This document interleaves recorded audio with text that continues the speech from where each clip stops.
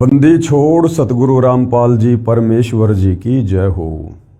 परम पिता परमात्मा सारी सृष्टि के रचनहार कुल मालिक असंख्य ब्रह्मांडों के स्वामी जगत गुरु तीनों लोकों में प्रवेश करके सबका धारण पोषण करने वाले राजाधिराज आत्माधार नाथों के नाथ देवों के देव महादेव सर्वेश्वर महेश्वर मृत्युंजय अजरो अमर आदि अनादि सनातनी प्रभु जगत पिता जगदीश्वर श्री श्री 1008 की उपाधि के वास्तविक अधिकारी अकाल मूर्त शब्द स्वरूपी राम वासुदेव सर्वगतम ब्रह्म परम पूज्य प्रथम पूज्य परम संत परम पुरुष परम धनी परम दयालु सत्य कबीर हक्का कबीर अल्लाहु अकबर बाखबर अल्लाह ताला जगत के तारणहार जगत के मुक्तिदाता जगत के जगन्नाथ हारे के सहारे हिंदुओं के राम मुसलमानों के अल्लाह सिखों के वाहिगुरु ईसाइयों के मसीह दया के सागर दया निधि करुणा के सागर करुणा निधि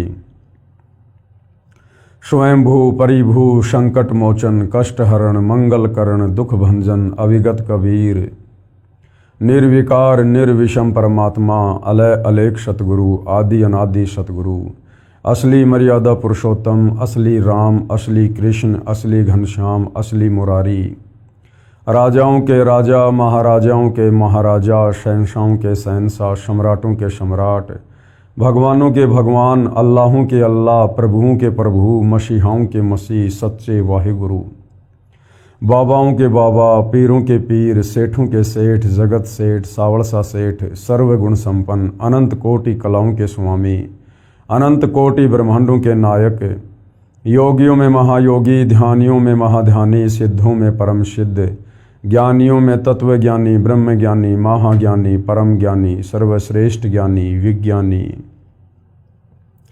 युवा कबीर समर्थ कबीर असमवात अमित ओजा सच्चे रहनुमा करीम अल्लाह सुभान अल्लाह दुनिया के अंतिम पैगंबर 8 सितंबर 1951 से गांव धनाना जिला सोनीपत हरियाणा भारतवर्ष की पावन भूमि पे प्रकट रियल कल की भगवान श्री नारायण साकार हरि श्री बाबा साहेब नूर अनंत परमात्मा सच्चे दरवेश सच्चे बाखबर संत श्रोमणी सतगुरु रामपाल जी परमेश्वर जी के चरण कमल में आप और हम सभी भाई बहनों का अनंत कोटि दंडवत प्रणाम। सत्साई भाई और बहनों, बहुत बड़ी दया बहुत बड़ी मेहर पूज्य गुरुदेव भगवान की परमेश्वर रामपाल जी की, जिनके शुभ आशीर्वाद से विशेष आशीर्वाद से उन्हीं के सत्संगों के संग्रह के ऊपर बन चुकी पुस्तक कबीर बड़ा या कृष्ण, इस पर वीडियो बनाने की श्रृंखला जारी है। इसी श्रृंखला में आज हमारा ये 10वें नंबर का वीडियो है और प्रत्येक वीडियो में पूज्य गुरुदेव भगवान के आशीर्वाद से हमें भक्ति और भगवान को लेकर अध्यात्म को लेकर नई नई रोचक जानकारियाँ प्राप्त हो रही हैं। जो गूढ़ ज्ञान जो गूढ़ जानकारी सदियों से हमारे तत्व ज्ञान हीन धर्म गुरु हमें इन सदग्रंथों को पढ़कर समझकर नहीं बता पाए और हम सदियों से शास्त्र विरुद्ध साधना ही करते हुए आ रहे हैं। जिस शास्त्र विरुद्ध साधना को करने के चलते हमारे पूर्वज आज प्रेत योनि में भूत योनि में कष्ट उठा रहे हैं और हमारे से उनके श्राद्ध निकलवा कर हमें भी उन्हीं के पास उन्हीं नीच योनियों में भेजने का प्रयत्न कर रहे थे। अब पूज्य गुरुदेव भगवान सतगुरु रामपाल जी ने सतलोक से चलकर आकर विशेष दया करी, विशेष रजा की है। इन समस्त धर्मशास्त्रों का निष्कर्ष निकालकर अपने सत्संगों के माध्यम से पुस्तकों के माध्यम से समाज के हाथों में दे दिया है। अब ये समाज के ऊपर निर्भर करता है कि समाज इस पवित्र अमृत ज्ञान को अपनी आत्मा के कल्याण हेतु किस प्रकार से उपयोग में लेता है। उसके लिए भाई और बहनों, ये जानकारी आप भाई बहनों तक पहुंचाई जा रही है। तो ये जो पवित्र पुस्तक कबीर बड़ा या कृष्ण है, ये विशेषकर हिंदू धर्म के चारों वेद गीता जी और 18 पुराणों के ज्ञान से प्रमाणित है। इस पवित्र पुस्तक के तत्व ज्ञान में अमृत ज्ञान में सुई की नोक रखने जितनी कमी हिंदू धर्म का कोई भी धर्माचार्य निकालने में सक्षम नहीं है। चाहे अपनी अज्ञानता और नादानी के चलते पूरी पुस्तक को ही रिजेक्ट क्यों ना कर दे, ये अलग विषय है। बाकी इस पवित्र पुस्तक को पढ़कर ही आप असल में भक्ति और भगवान के विषय में जान सकते हैं, अपनी आत्मा के कल्याण के मार्ग पर चल सकते हैं। दूसरा, इस पृथ्वी पर कोई विकल्प शेष नहीं है। और भाई और बहनों, जब आप सतगुरु रामपाल जी के अमृत ज्ञान को सुनना या पढ़ना शुरू करें तो सबसे पहले सृष्टि रचना को अवश्य पढ़ें, अवश्य सुनें, अवश्य समझें, क्योंकि सृष्टि रचना को समझे बिना हम अध्यात्म को नहीं समझ पाएंगे, किसी भी धर्म ग्रंथ को नहीं समझ पाएंगे, क्योंकि सृष्टि रचना मास्टर की है। सृष्टि रचना अध्यात्म की नींव है, मूल है। उसके बाद हम धर्मशास्त्रों को पहली कक्षा के कायदे की तरह समझ पाएंगे। तो आज जो ये कृष्ण बड़ा या कबीर इस मुद्दे पर जो जनता की अदालत में, जनता की कोर्ट में मामला चल रहा है, इस पुस्तक के अंतर्गत हिंदू समाज से जुड़ी आत्माओं को समझाने के लिए जिस प्रकार सतगुरु रामपाल जी ने इस पुस्तक में एक टॉपिक ऐड किया है कि जनता की अदालत में मामला, और जनता की अदालत में जज भी जनता ही है, क्योंकि वर्तमान में जनता पढ़ी लिखी है, अपने धर्मशास्त्रों से परिचित है, आंखों देखकर निर्णय कर सकती है। मुद्दा क्या है? कबीर बड़ा या कृष्ण? सुप्रीम गॉड, सुप्रीम परमात्मा, मोक्षदायक परमात्मा, सर्व सृष्टि रचनहार कबीर परमेश्वर है या श्री कृष्ण है? तो श्री कृष्ण जी की तरफ से जनता की अदालत में जो वकील साहिबान नियुक्त हैं वे सर्व हिंदू धर्म गुरु हैं, आचार्य शंकराचार्य।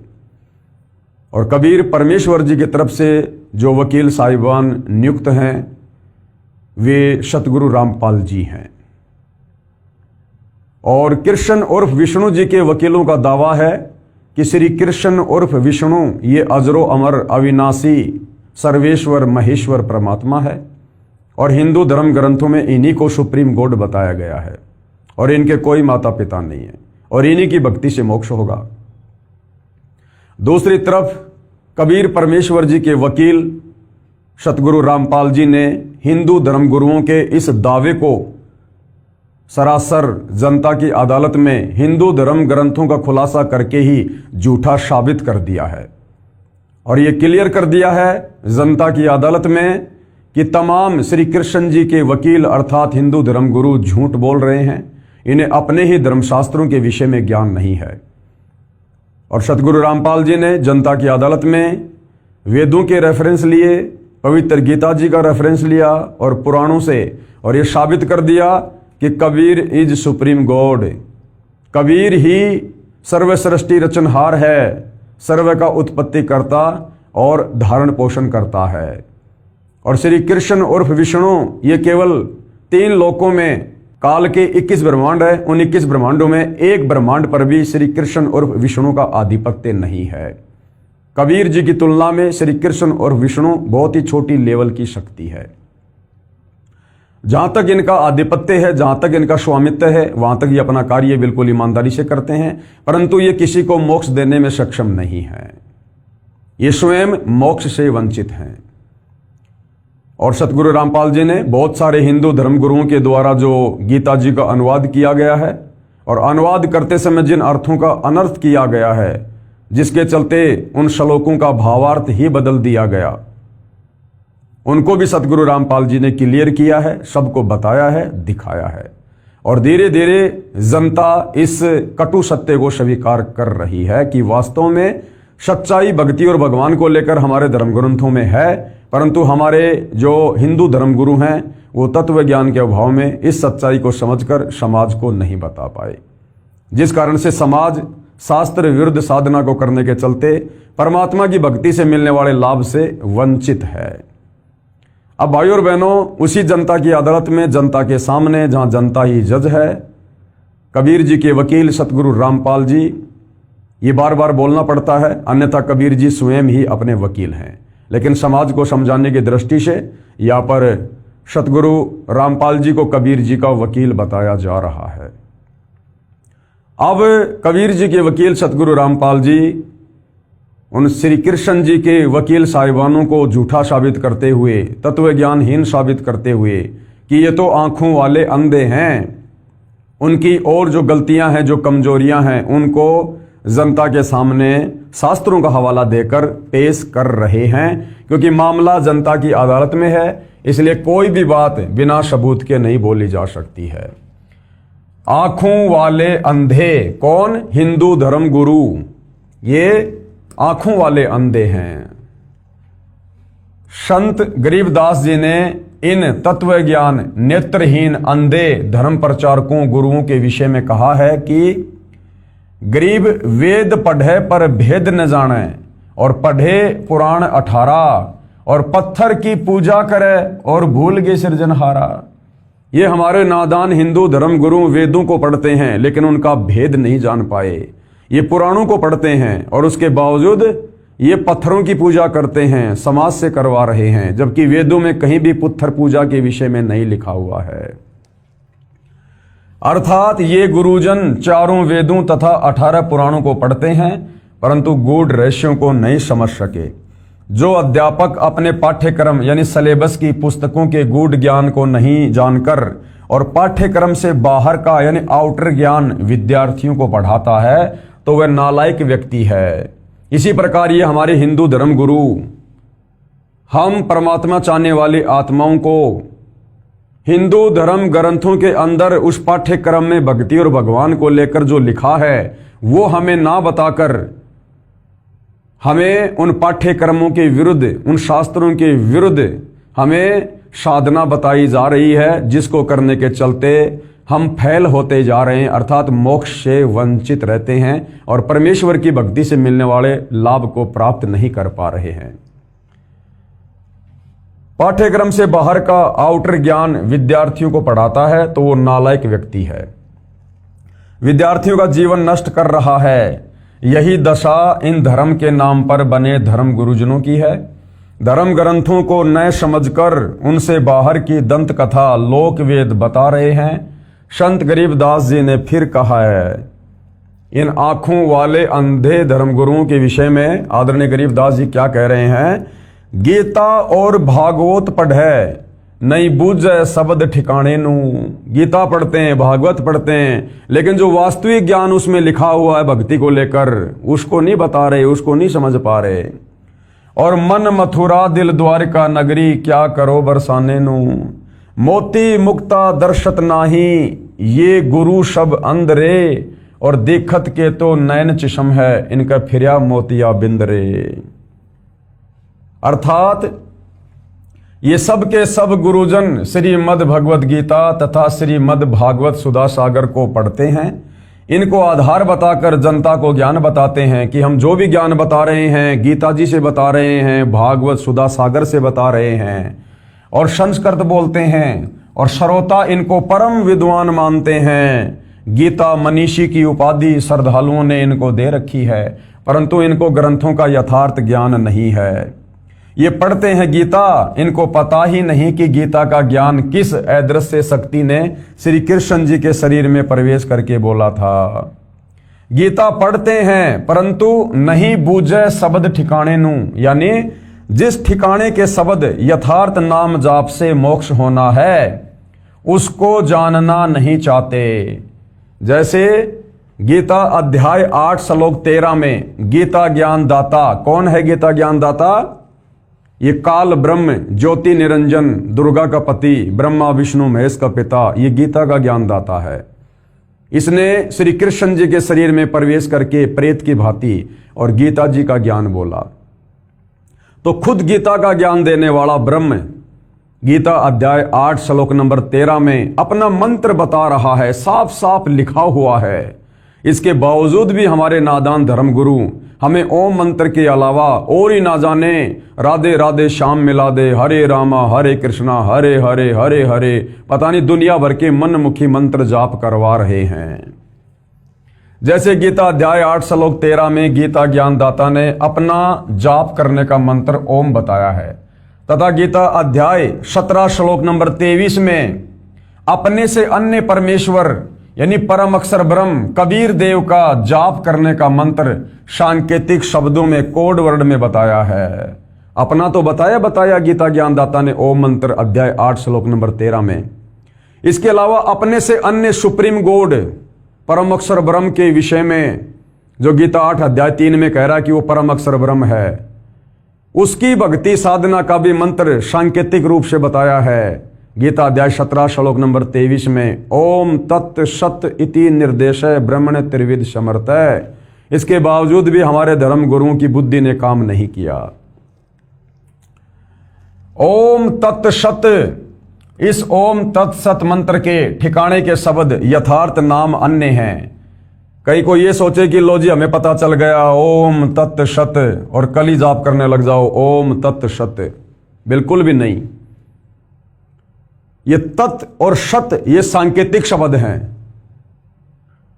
इस तत् के अंदर 2 मंत्र हैं और सत का भी एक मंत्र है। वो केवल वर्तमान में तत्वदर्शी संत सतगुरु रामपाल जी के पास हैं, उनके अलावा किसी को ज्ञान नहीं है। और यदि उनसे उपदेश लेकर यदि कोई उस मंत्र को आगे देने भी लग जाएगा तो वो उस मंत्र को दान करने का अधिकारी ना होने के कारण वो खुद भी परमेश्वर का दोषी बनेगा और उस अनअधिकारी व्यक्ति से मंत्र लेकर यदि कोई जाप करेगा तो वो भी किसी प्रकार का कोई आध्यात्मिक लाभ प्राप्त नहीं कर पाएगा। ओम तत्सत, इस ओम तत्सत मंत्र के ठिकाने के शब्द यथार्थ नाम अन्य हैं। उनको ये गुरुजन जानते नहीं और नए जानना चाहते हैं। मोक्ष इन्हीं 3 मंत्रों से होना है। इन 3 नामों के यथार्थ नामों का जाप न करके चाहे चारों वेदों व गीता आदि ग्रंथों को पढ़ते पढ़ाते रहो, जीवन व्यर्थ हो जाएगा। इसलिए कहा है कि इन गुरुओं को अज्ञान रूपी मोतियाबिंद हुआ है। मोतियाबिंद वाले की आंखें स्वस्थ दिखाई देती हैं परंतु दिखाई कुछ नहीं देता। जिस व्यक्ति को मोतियाबिंद का रोग होता है उसकी आंखें तो बिल्कुल स्वस्थ होती हैं लेकिन वास्तव में दिखाई उसको कुछ भी नहीं देता है। इसी प्रकार ये हमारे नादान धर्म गुरु ये दिखाई तो देते हैं संस्कृत के विद्वान, प्रकांड ज्ञाता, शास्त्रों के मर्मज्ञ, परंतु वास्तव में इनको मोतियाबिंद है। इनको तो ठिकाने का मंत्र का भी नहीं पता, इनको तो गीता ज्ञानदाता का भी नहीं पता। इसी प्रकार ये धर्मगुरु संस्कृत बोलते हैं तो श्रोताओं को लगता है कि ये बड़े विद्वान हैं, परंतु इनको सदग्रंथों की कुछ भी समझ नहीं है। ये अज्ञानी हैं, यथार्थ ज्ञान नेत्रहीन अंधे हैं। अब भाइयों और बहनों विचार करो, सतगुरु रामपाल जी पिछले 25-30 वर्षों से डंके की चोट पर नेशनल टीवी चैनल पर लोगों को डिबेट के लिए आमंत्रित कर रहे हैं और ठोक ठोक के ये सत्य ज्ञान दे रहे हैं। इन तमाम धर्मों के धर्मगुरुओं को, आचार्य शंकराचार्यों को, मुल्ला मौलवियों को, पादरियों को, पाठियों को डंके की चोट पर कह रहे हैं कि ये मूर्ख हैं, इन्हें अध्यात्म का ज्ञान नहीं है, ये भगत समाज का कुमार्गदर्शन कर रहे हैं, लोगों के जीवन के साथ में खिलवाड़ कर रहे हैं। उसके बावजूद भी सतगुरु रामपाल जी के समक्ष आकर ज्ञान चर्चा करने की किसी की हिम्मत नहीं हो रही है, क्योंकि सबको पता है कि जो ज्ञान सतगुरु रामपाल जी दे रहे हैं वो सर्व शास्त्रों से प्रमाणित है और हम इन्हीं शास्त्रों का हवाला देकर समाज को भक्ति के नाम पर मूर्ख बना चुके हैं। तो अब यदि हमने सतगुरु रामपाल जी से डिबेट की तो हमारी पोल पट्टी खुल जाएगी और हम घर के रहेंगे ना घाट के। इसलिए बिल्कुल कान दबोच कर बैठे हैं, सुनना भी पसंद नहीं करते, सामने आना तो बहुत दूर की बात है। लेकिन कब तक सच्चाई तो सामने आके रहेगी। गीता ज्ञान देने वाला अपने आप को नाशवान कहता है। गीता ज्ञान देने वाला भगवान, ये ब्रह्म, हिंदू समाज चाहे श्री कृष्ण समझो, ये अपने आप को नाशवान कह रहा है कि मेरा तो जन्म और मृत्यु होती है, मैं नाशवान हूं, अविनाशी नहीं हूं। तो बताओ, नाशवान भगवान की भक्ति करके आप और हम भगत भला कैसे अविनाशी हो जाएंगे? हमारा कैसे मोक्ष हो जाएगा जब गीता ज्ञान देने वाला खुद ही नाशवान है? अपने से अन्य को अविनाशी कहता है और कह रहा है कि अविनाशी तो उसको जान जिसको मारने में कोई भी सक्षम नहीं है। गीता अध्याय 2 श्लोक नंबर 17 में और गीता अध्याय 18 श्लोक 62 में अर्जुन को ये गीता ज्ञानदाता, हिंदुओं का भगवान, ये निराकार ब्रह्म, उसी परमेश्वर की परम अक्षर ब्रह्म की शरण में जाने की सलाह दे रहा है कि अर्जुन तू सर्वभाव से उस परमेश्वर की शरण में जा, जहां जाने के बाद साधक लौटकर फिर इस संसार में वापस नहीं आता। और उसी की शरण में जाने को कहा है। ये श्री कृष्ण को ही अविनाशी जगत का कर्ता बताकर, कौन? ये हमारे हिंदू धर्म गुरु और जनता के साथ में धोखा कर रहे हैं, ये आंखों वाले अंधे हैं। अब सवाल किया गया है जनता की अदालत में सतगुरु रामपाल जी से, क्योंकि जनता को धीरे धीरे इंटरेस्ट आ रहा है, जनता की रुचि बढ़ रही है धर्मशास्त्रों से सारे प्रमाण देखकर। तो जनता की अदालत में अब कबीर जी के वकील सतगुरु रामपाल जी से आगे सवाल पूछा जा रहा है। प्रश्न नंबर 2, काल पुरुष कौन है?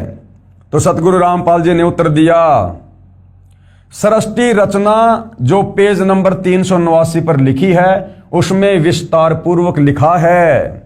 और सृष्टि रचना आपको इस पुस्तक के प्रथम वीडियो में दास ने मौखिक सुना दी है। यदि आपने सारे वीडियो देखे हैं तो आप जी को भली बात ही पता होगा कि काल पुरुष कौन है।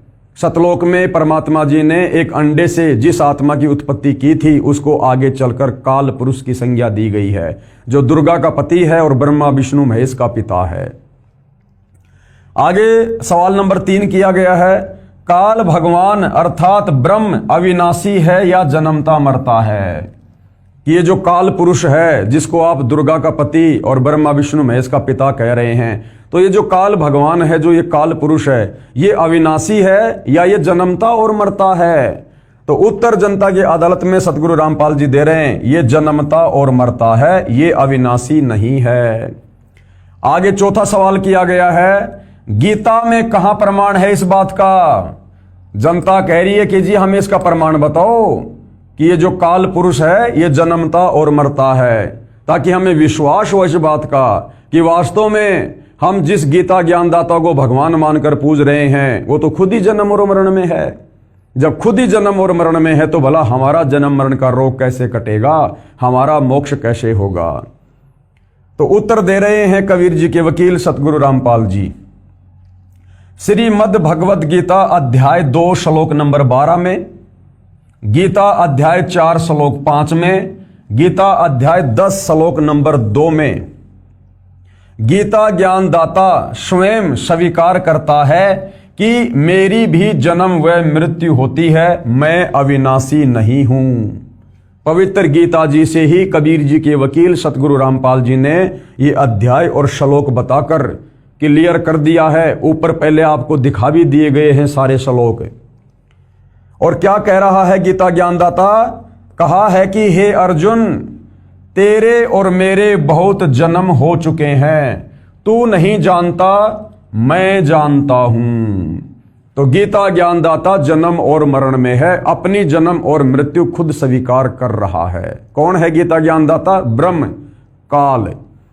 अब यदि हिंदू समाज के श्रद्धालु ये मानते हैं कि गीता का ज्ञान देने वाले श्री कृष्ण जी हैं, तो भाई श्री कृष्ण जी भी जन्म और मरण में हैं। श्री कृष्ण जी का जन्म देवकी के गर्भ से हुआ और अंत में श्री कृष्ण जी की मृत्यु एक बालिया नाम के शिकारी के द्वारा पैर में जहरीला तीर मारने से हुई। ये भी आप सबको पता है, इतिहास साक्षी है। तो यदि आप श्री कृष्ण जी को गीता ज्ञानदाता मानते हैं तो श्री कृष्ण जी भी जन्म और मरण में है, और जो भगवान जन्म और मरण में है उसकी भक्ति से साधक का मोक्ष नहीं हो सकता। और वैसे गीता ज्ञानदाता ये काल ब्रह्म है जो श्री कृष्ण जी के शरीर में प्रवेश करके गीता जी का ज्ञान जिसने बोला था। तो गीता अध्याय 2 श्लोक 12, 4 श्लोक 5 और 10 श्लोक 2 में ये खुद स्वीकार कर रहा है कि तू, मैं और ये राजा लोग व सैनिक पहले भी थे, आगे भी होंगे। ये न जान कि हम केवल वर्तमान में ही हैं। मेरी उत्पत्ति को न तो देवता लोग जानते हैं, कौन कह रहा है? ये ब्रह्म, और न ही ऋषिजन, क्योंकि ये सब मेरे से ही उत्पन्न है। ये ब्रह्म कह रहा है कि अर्जुन, मेरी उत्पत्ति यानी जन्म को न तो देवता जानते हैं, ये ब्रह्मा विष्णु महेश भी नहीं जानते, इंद्र और 33 करोड़ देवता भी नहीं जानते। क्यों? क्योंकि सब इस काल और दुर्गा से उत्पन्न हैं। तो बाप की उत्पत्ति को, बाप के जन्म को बेटा बेटी नहीं बता सकते, वो तो दादा बताता है, दादा। तो उस कबीर दादा ने, परम अक्षर ब्रह्म ने आज धरती पर 8 सितंबर 1951 को सतगुरु रामपाल जी के नाम से प्रकट होकर सन 1994 से अपने यथार्थ 13वें कबीर पंथ की शुरुआत करके और फिर सन 2001 से सर्व धर्मशास्त्रों को दिखा दिखाकर प्रमाणित कर दिया है कि गीता ज्ञानदाता जन्म और मरण में है, क्योंकि ये सब मेरे से ही उत्पन्न हुए हैं। इससे सिद्ध हुआ कि गीता ज्ञानदाता काल पुरुष अविनाशी नहीं है। अविनाशी वो होता है जो कभी जन्म और मरण में नहीं आता है। तो गीता ज्ञानदाता अविनाशी नहीं है, ये नाशवान है, इसकी जन्म और मृत्यु होती है। इसलिए इसको क्षर पुरुष का मतलब होता है जो नाशवान है, नाशवान भगवान कहा जाता है। इन श्लोकों की फोटोकॉपी पेज नंबर 46 से 47 पर लगी है, जो हम पहले के वीडियो में देख चुके हैं। आगे जनता की अदालत में सतगुरु रामपाल जी से सवाल किया गया। सवाल नंबर 5, क्या ब्रह्मा विष्णु तथा शिव अविनाशी हैं? कि भाई आपने बताया और साबित भी कर दिया कि गीता का ज्ञान देने वाला ब्रह्म तो अविनाशी नहीं है, ये तो जन्मता और मरता है। तो क्या ये हिंदू समाज जो ब्रह्मा विष्णु महेश को भगवान मान के पूज रहा है, क्या ये ब्रह्मा विष्णु महेश अविनाशी हैं या इनका भी जन्म और मरण होता है?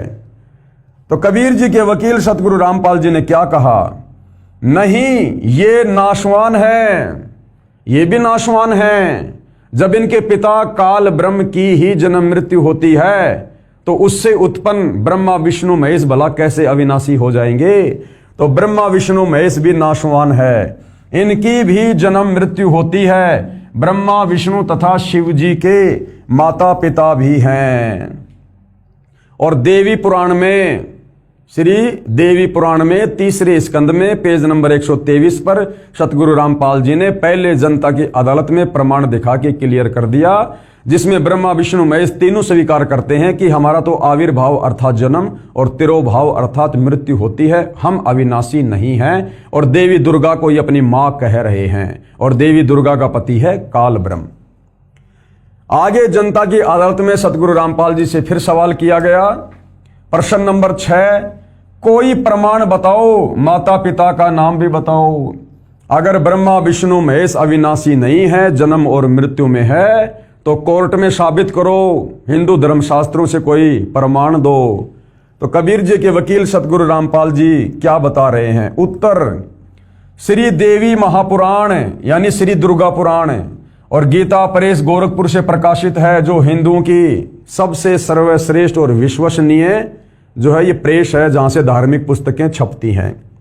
श्री देवी पुराण गीता प्रेस गोरखपुर से प्रकाशित के 3रे स्कंद के अध्याय 4 और 5 में श्री विष्णु जी ने अपनी माता दुर्गा जी की स्तुति करते हुए कहा है कि हे मात, आप शुद्ध स्वरूपा हो, सारा संसार आपसे ही उद्भाषित हो रहा है, हम आपकी कृपा से ही विद्यमान हैं। मैं यानी विष्णु, ब्रह्मा और शंकर तो जन्मते मरते हैं। जो वहां लिखा है वही आपको यहां पर दिखाया जा रहा है, बताया जा रहा है।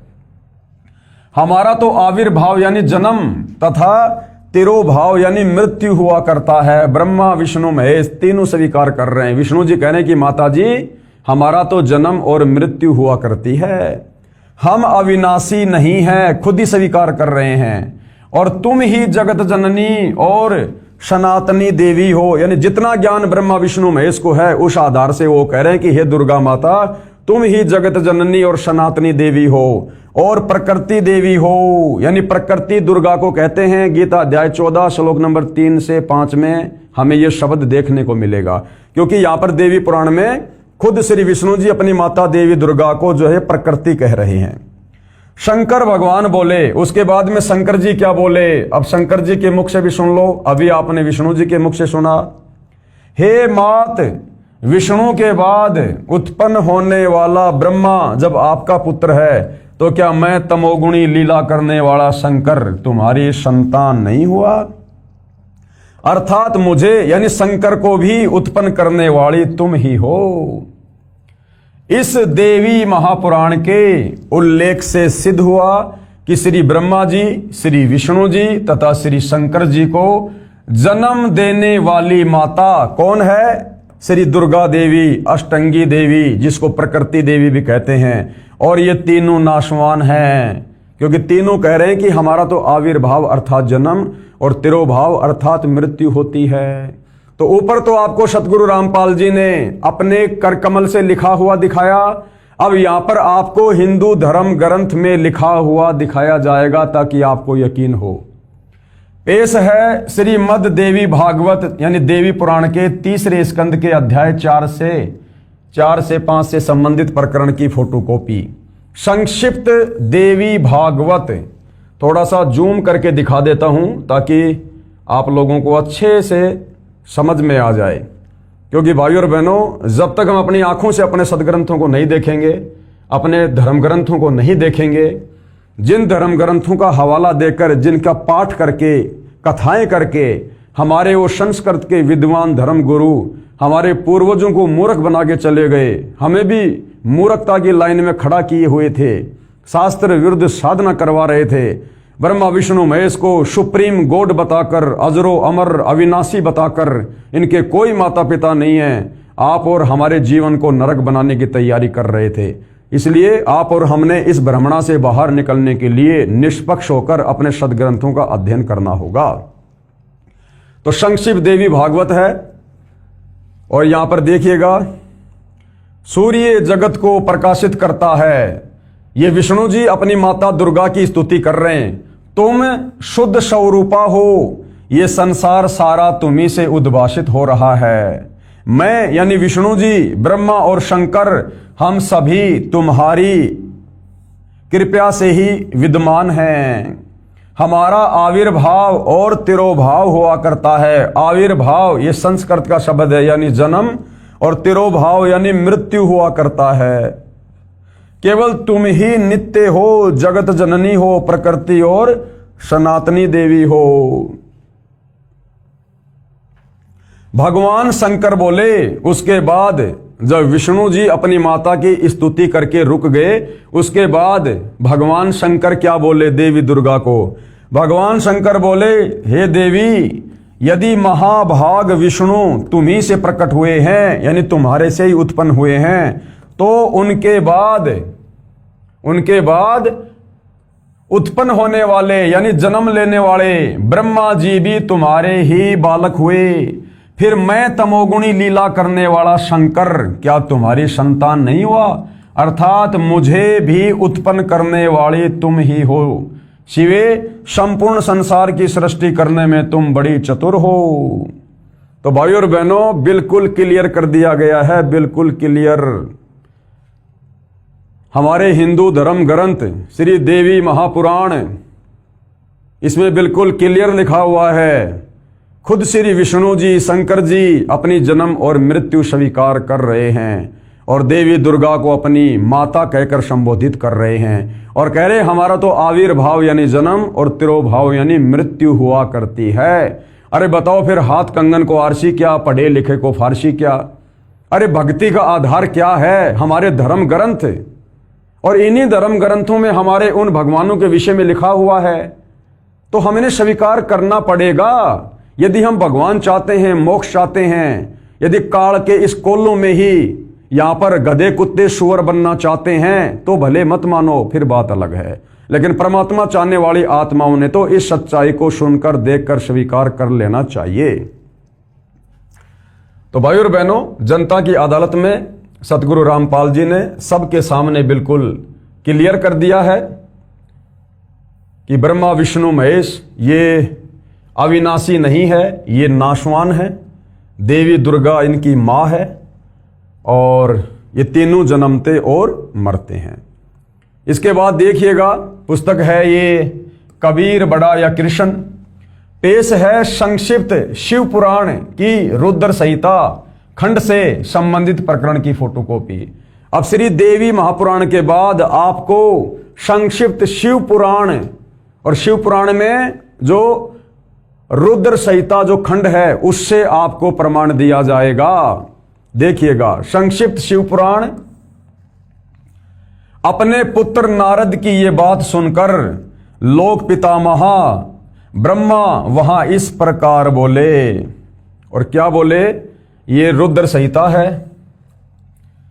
महाप्रलय काल में केवल सद ब्रह्म की सत्ता का प्रतिपादन उस निर्गुण निराकार ब्रह्म से ईश्वर मूर्ति सदाशिव का जो है प्राकाटे, सदाशिव द्वारा स्वरूप भूता शक्ति अंबिका का प्रकटीकरण, उन दोनों के द्वारा उत्तम क्षेत्र काशी का आनंदवन का प्रादुर्भाव, शिव के वाम भाग से परम पुरुष विष्णु का आविर्भाव तथा उनके सकार से प्राकृत तत्वों की क्रमशः उत्पत्ति का वर्णन। देखिएगा,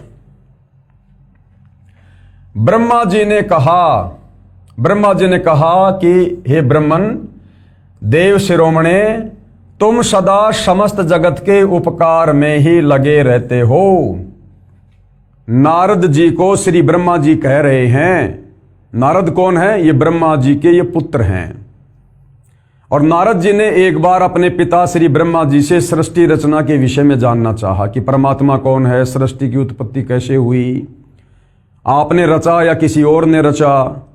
तो अपने पुत्र नारद की शंका का समाधान करते हुए श्री ब्रह्मा जी को जितना ज्ञान है सृष्टि रचना के विषय में, उस हिसाब से श्री ब्रह्मा जी कह रहे हैं।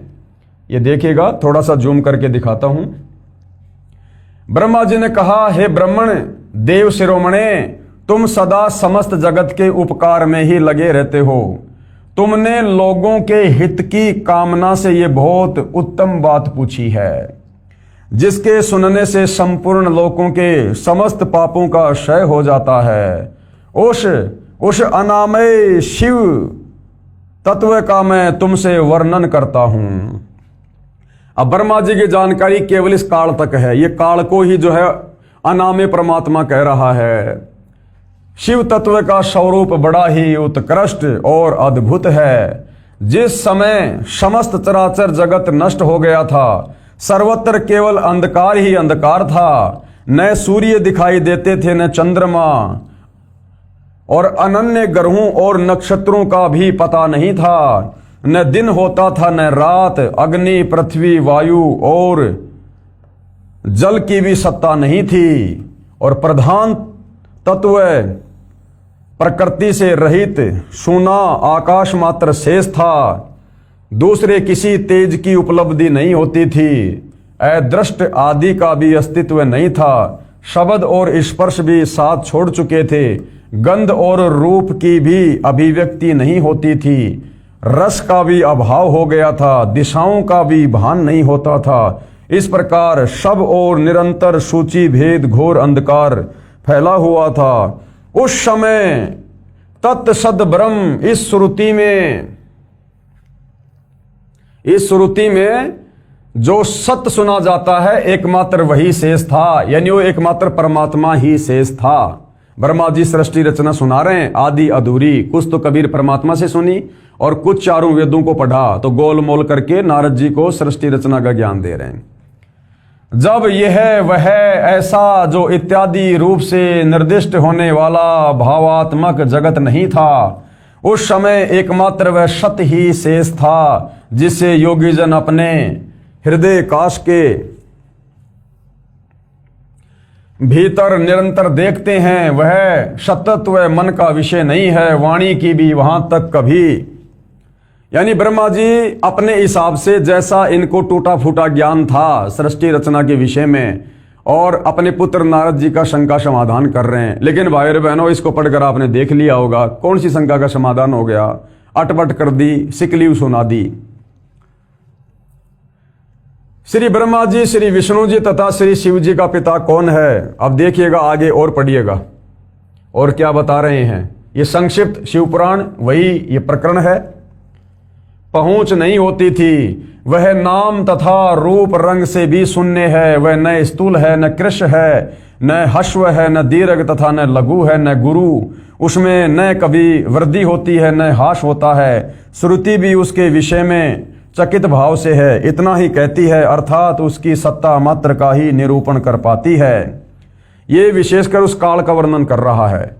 उसका कोई विशेष विवरण देने में असमर्थ हो जाती है। वह सत्य ज्ञान स्वरूप, अनंत परमानंदमय परम ज्योति स्वरूप, अप्रमेय, आधार रहित, निर्विकार, निराकार, निर्गुण, योगी गम्य, सर्वव्यापी, सबका एकमात्र कारण, निर्विकल्प, निरारंभ, माया शून्य, उपद्रव रहित, अद्वितीय, अनादि, अनंत, संकोच विकास से शून्य तथा चिंतनमय है। जिस परब्रह्म के विषय में ज्ञान और अज्ञान से पूर्ण उक्तियों द्वारा इस प्रकार ऊपर बताए अनुसार विकल्प किए जाते हैं। उसने कुछ काल के बाद सृष्टि का समय आने पर द्वितीय की इच्छा प्रकट की। उसके भीतर से एक से अनेक होने का संकल्प उदित हुआ। तब उस निराकार परमात्मा ने अपनी लीला शक्ति से अपने लिए मूर्ति यानी आकार की कल्पना की। फिर वो निराकार कहाँ हुआ? जब उसने अपने लिए मूर्ति की कल्पना की, आकार में आ गया, तो निराकार कहाँ हुआ? फिर वह मूर्ति संपूर्ण ऐश्वर्य गुणों से संपन्न, सर्व ज्ञानमयी, शुभ स्वरूपा, सर्वव्यापनी, सर्वशूपा, सर्वदर्शनी, सर्वकारणी, सबकी एकमात्र वंदनिया, सर्वादा सब कुछ देने वाली और संपूर्ण संस्कृतियों का केंद्र थी। उस शुद्ध रूपिणी ईश्वर मूर्ति की कल्पना करके वह अद्वितीय, अनादि, अनंत, सर्व प्रकाशक, चिन्मय, सर्वव्यापी और अविनाशी परब्रह्म अंतर्हित हो गया। जो मूर्ति रहित परब्रह्म है, उसी की मूर्ति चिन्मय आकार भगवान सदाशिव है। काल की महिमा का वर्णन कर रहा है, लेकिन शिकलीव सुना रहा है। सीधी सीधी बात पूछी थी नारद जी ने कि सृष्टि की उत्पत्ति कैसे हुई और ये किसने की। और देखो घुमा फिरा के वो खिचड़ी ज्ञान जो कुछ वेदों वाला और कुछ जो उसने कबीर परमात्मा जी से सुना था, उस ज्ञान को गोलमोल करके ब्रह्मा जी अपने पुत्र नारद को बता रहे हैं। भगवान सदाशिव है। अर्वाचीन और प्राचीन विद्वान उन्हीं को ईश्वर कहते हैं। उस समय एकाकी रहकर स्वेच्छानुसार विहार करने वाले उन सदाशिव ने यानी काल ब्रह्म ने अपने विग्रह से स्वयं ही एक स्वरूपभूता शक्ति की सृष्टि की। विग्रह यानी अपने शरीर से। अब भाई और बहनों, ये सृष्टि रचना ब्रह्मा जी को कबीर परमात्मा जी ने बताई थी। पूरी सृष्टि रचना जो आज आप और हमें बता रहे हैं कि इस काल ने दुर्गा के साथ में जबरदस्ती करने का प्रयास किया, तो दुर्गा ने सूक्ष्म रूप बनाया और काल के मुख के माध्यम से उसके पेट में जाकर बैठ गई। और कबीर परमेश्वर से अरदास की कि हे परमात्मा मेरी रक्षा करो। परमात्मा वहां पर अपने पुत्र जोगजीत के रूप में आए, काल का पेट फाड़ा और दुर्गा को बाहर निकाला। तो वो बात यहां पर श्री ब्रह्मा जी बता रहे हैं कि कुछ समय के बाद में उस सदाशिव ने अपने विग्रह यानी अपने शरीर से स्वयं ही एक स्वरूपभूता शक्ति की सृष्टि की, जो उनके अपने श्री अंग से कभी भी अलग होने वाली नहीं थी, क्योंकि दुर्गा उस काल की जो है वो पत्नी है। उस पराशक्ति को प्रधान, प्रकृति, गुणवती, माया, बुद्धि तत्व की जननी तथा विकार रहित बताया गया है। वह शक्ति अंबिका कही गई है। अब अंबिका कौन है? हिंदू धर्म के भाई जानते हैं। अंबिका, दुर्गा, उसी को प्रकृति यानी गीता अध्याय 14 श्लोक नंबर 3 से 5 में दुर्गा को ही प्रकृति कहा गया है। सर्वेश्वरी और त्रिदेव जननी, ब्रह्मा विष्णु महेश की माता, उन तीनों देवताओं की माता, उसको त्रिदेव जननी भी कहा गया है। दुर्गा ही त्रिदेव जननी है, ब्रह्मा विष्णु महेश की मां है। नित्य और मूल कारणा भी कहते हैं। सदाशिव द्वारा यानी काल के द्वारा प्रकट की गई उस शक्ति के 8 भुजाएं हैं। वह 8 भुजा किसके हैं? दुर्गा के। ब्रह्मा विष्णु महेश तो 16 कला के भगवान हैं, इनके तो 4-4 भुजा हैं। और ये जो दुर्गा है ये 64 कला युक्त है और ये 8 भुजा बना शक्ति है। तो ब्रह्मा जी क्या कह रहे हैं? सदाशिव यानी काल द्वारा प्रकट की गई उस शक्ति के 8 भुजाएं हैं। उस शुभ लक्षणा देवी के मुख की शोभा विचित्र है। वह अकेली ही अपने मुखमंडल में सदा एक सहस्त्र चंद्रमाओं की कांति धारण किए रहती है। नाना प्रकार के आभूषण उसके श्रीअंगों की शोभा बढ़ाते हैं। वह देवी नाना प्रकार की गतियों से संपन्न है और अनेक प्रकार के अस्त्र शस्त्र धारण करती है। उसके खुले हुए नेत्र खिले हुए कमल के समान जान पड़ते हैं। वह अचिंत्य तेज से जगमगाती है। वह सबकी योनि है। अर्थात काल इस दुर्गा के उस गर्भ में बीज डाल के यानी पति पत्नी व्यवहार करके सबकी उत्पत्ति करता है। तो ब्रह्मा जी क्या कह रहे हैं? वह सबकी योनि है, अर्थात वो सबकी मां है। 21 ब्रह्मांड में सब उसी से जन्मते हैं। वह सबकी योनि है और सदा उधमशील रहती है। एकाकिनी होकर भी वह माया संयोग वशात अनेक हो जाती है। वो तो उसके पास में सिद्धि शक्तियां हैं, बहुत सारे रूप बना लेती है।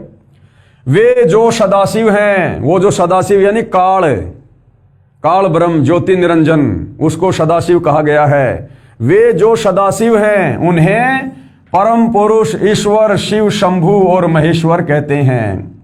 वे अपने मस्तक पर आकाश गंगा को धारण करते हैं। अब ब्रह्मा जी को नहीं पता इस बात का, क्योंकि ब्रह्मा जी ने उसके दर्शन किए नहीं, वो किसी को दर्शन देता ही नहीं।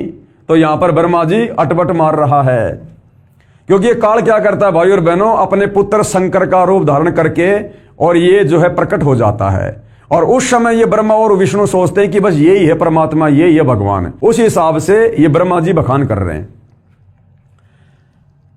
और गंगा को धारण करते हैं। उनके भाल देश में यानी उनके माथे पर चंद्रमा शोभा पाते हैं। उनके 5 मुख हैं और प्रत्येक मुख में 3-3 नेत्र हैं। उनका चित्त सदा प्रसन्न रहता है। वे 10 भुजाओं से युक्त और त्रिशूलधारी हैं। जबकि वो तो कितनी भी भुजा बना सकता है, 1000 तक। शंकर जी तो केवल 4 भुजा बना सकते हैं, इससे ज्यादा नहीं। तो शंकर जी के रूप में जो वो 10 भुजा बना लेता है वो काल है। और उससे कम चाहे 2, 5, 10, 50, 500 कितनी बना सकता है, लेकिन 1000 से ज्यादा भुजा नहीं बना सकता। उनके श्रीअंगों की प्रभा यानी शोभा, ये वही रुद्र संहिता है। उनके श्रीअंगों की शोभा कपूर के समान श्वेत गौर है। वे अपने सारे अंगों में भस्म रमाए रहते हैं। उन काल रूपी ब्रह्म ने, देखो नाम बता दिया ब्रह्मा ने, उन काल रूपी ब्रह्म ने एक ही समय शक्ति के साथ यानी देवी दुर्गा के साथ शिवलोक नामक क्षेत्र का निर्माण किया था। शिवलोक नामक क्षेत्र का निर्माण यानी 3 जो क्षेत्र बना रखे हैं, रजोगुण, शतोगुण और तमोगुण, जहां पर वो अपने 3 पुत्रों की उत्पत्ति करता है। एक ही समय शक्ति के साथ, ये जो नाथ शब्द है ये गलती से प्रिंट है, ये नाथ की जगह साथ है। शिवलोक नामक क्षेत्र का निर्माण किया था। उस उत्तम क्षेत्र को ही काशी कहते हैं। ये बनारस वाली काशी नहीं, ऊपर के उस ब्रह्मलोक की बात हो रही है। वह परम निर्वाण या मोक्ष का स्थान है जो सबके ऊपर विराजमान है। वे प्रिया और प्रियतम शक्ति और शिव, प्रिया और प्रियतम रूप, शक्ति यानी दुर्गा और शिव यानी वो काल जो परमानंद रूप है, उस मनोरम क्षेत्र में नित्य निवास करते हैं। काल और दुर्गा वहां पर रहते हैं। काशी पूरी परमानंद रूपणी है। मुने यानी ब्रह्मा जी कह रहे हैं कि हे नारद जी, शिव और शिवाने यानी काल और उस दुर्गा ने प्रलय काल में भी कभी उस क्षेत्र को अपने सानिध्य से मुक्त नहीं किया। यानी जब एक ब्रह्मांड की यहां पर जब ये नष्ट हो जाता है तो भी उस क्षेत्र को वो नहीं छोड़ते हैं। इसलिए विद्वान पुरुष उसे अविमुक्त क्षेत्र के नाम से भी जानते हैं। वह क्षेत्र आनंद का हेतु है। इसलिए पिनाकधारी शिव ने पहले उसका नाम आनंदवन रखा, उसके बाद वह अविमुक्त के नाम से प्रसिद्ध हुआ। देवर से यानी हे नारद जी, एक समय उस आनंदवन में रमण करते हुए शिवा यानी दुर्गा और शिव यानी काल के मन में ये इच्छा हुई कि किसी दूसरे पुरुष की भी सृष्टि करनी चाहिए, यानी संतान उत्पन्न करनी चाहिए। काल और दुर्गा ने सोचा, जिस पर यह सृष्टि संचालन का महान भार रखकर हम दोनों केवल काशी में रहकर इच्छानुसार विचरें और निर्वाण धारण करें, कि सृष्टि रचना का भार फिर उन बेटों को उत्पन्न करके उनके ऊपर रख देंगे। तो 3 पुत्र उत्पन्न किए, रजोगुण ब्रह्मा, शतोगुण विष्णु, तमोगुण शंकर। और श्री ब्रह्मा जी के रजोगुण के प्रभाव से जीवों को काल प्रेरित यानी वासना से प्रेरित करके और संतान उत्पत्ति करवाते हैं। विष्णु जी के शतोगुण के माध्यम से सबको एक परिवार में बांध के रखते हैं मोह ममता में। और तमोगुण शंकर जी के प्रभाव से फिर अपनी खुराक तैयार करवाता है, उनको मरवा के अपनी तपस्या पिलाता फिर, क्योंकि इसको रोजाना 1 लाख खाने का श्राप लगा हुआ है। वही पुरुष हमारे अनुग्रह से सदा सबकी सृष्टि करे, पालन करे और वही अंत में सबका संहार भी करे। यह चित्त एक समुद्र के समान है, इसमें चिंता की उताल तरंगे उठ उठकर इसे चंचल बनाए। ये देखिएगा, ये जो शिव रूप में है, ये कौन है? ये काल है। ये शिव रूप में और ये इसकी पत्नी दुर्गा है। ये जहां हमारी मनोवृत्ति सब ओर से सिमट कर इसी में लगी हुई है तथा जिसके बाहर का जगत चिंता से आतुर प्रतीत होता है, ऐसा निश्चय करके शक्ति सहित यानी उस दुर्गा के साथ सर्वव्यापी परमेश्वर शिव ने यानी काल ने अपने वाम भाग के 10वें अंग पर अमृत मल दिया, यानी दुर्गा के साथ में पति पत्नी व्यवहार किया। फिर तो वहां से एक पुरुष प्रकट हुआ, यानी एक संतान की उत्पत्ति हुई जो तीनों लोकों में सबसे अधिक सुंदर था। वह शांत था, उसमें शतोगुण की अधिकता थी, यानी विष्णु जी की उत्पत्ति की, तथा वह गंभीरता का अथाह सागर था।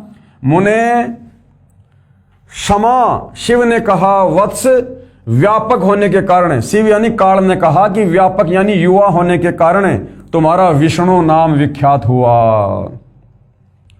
ये संक्षिप्त शिव पुराण ब्रह्मा जी खुद अपने मुख कमल से अपने बेटे नारद को बता रहे हैं कि श्री विष्णु जी की उत्पत्ति उस काल और दुर्गा से, शिव और शिवा से, इस प्रकार से विष्णु जी का जन्म हुआ, विष्णु जी की उत्पत्ति हुई दुर्गा और काल के पति पत्नी व्यवहार से। भाई और बहनों, हम हिंदुओं के धर्म ग्रंथ हैं, मानना पड़ेगा क्योंकि सच्चाई लिखी हुई है। आगे देखिएगा, रुद्र संहिता। भगवान विष्णु की नाभि से कमल का प्रादुर्भाव, ये बहुत सारे वर्णन है। यहां देखिए, ब्रह्मा जी कहते हैं देवर से, यानी हे नारद जी, तत्पश्चात यानी उसके बाद कल्याणकारी परमेश्वर शांब सदाशिव ने, यानी उस काल ब्रह्म ने पूर्ववत प्रयत्न करके, यानी जैसे दुर्गा के साथ में पहले पति पत्नी व्यवहार करके विष्णु की उत्पत्ति की थी, वैसे ही पूर्ववत प्रयत्न करके मुझे अपने दाहिने अंग से उत्पन्न किया, यानी मेरा जन्म हुआ। कौन कह रहा है? ब्रह्मा जी, यानी इनका जन्म हुआ है, और जन्म है तो वो मरता भी है। मुने यानी नारद जी, उन महेश्वर ने यानी उस काल ने मुझे तुरंत ही अपनी माया से मोहित करके नारायण देव की नाभि कमल में डाल दिया और लीला पूर्वक मुझे वहां से प्रकट किया।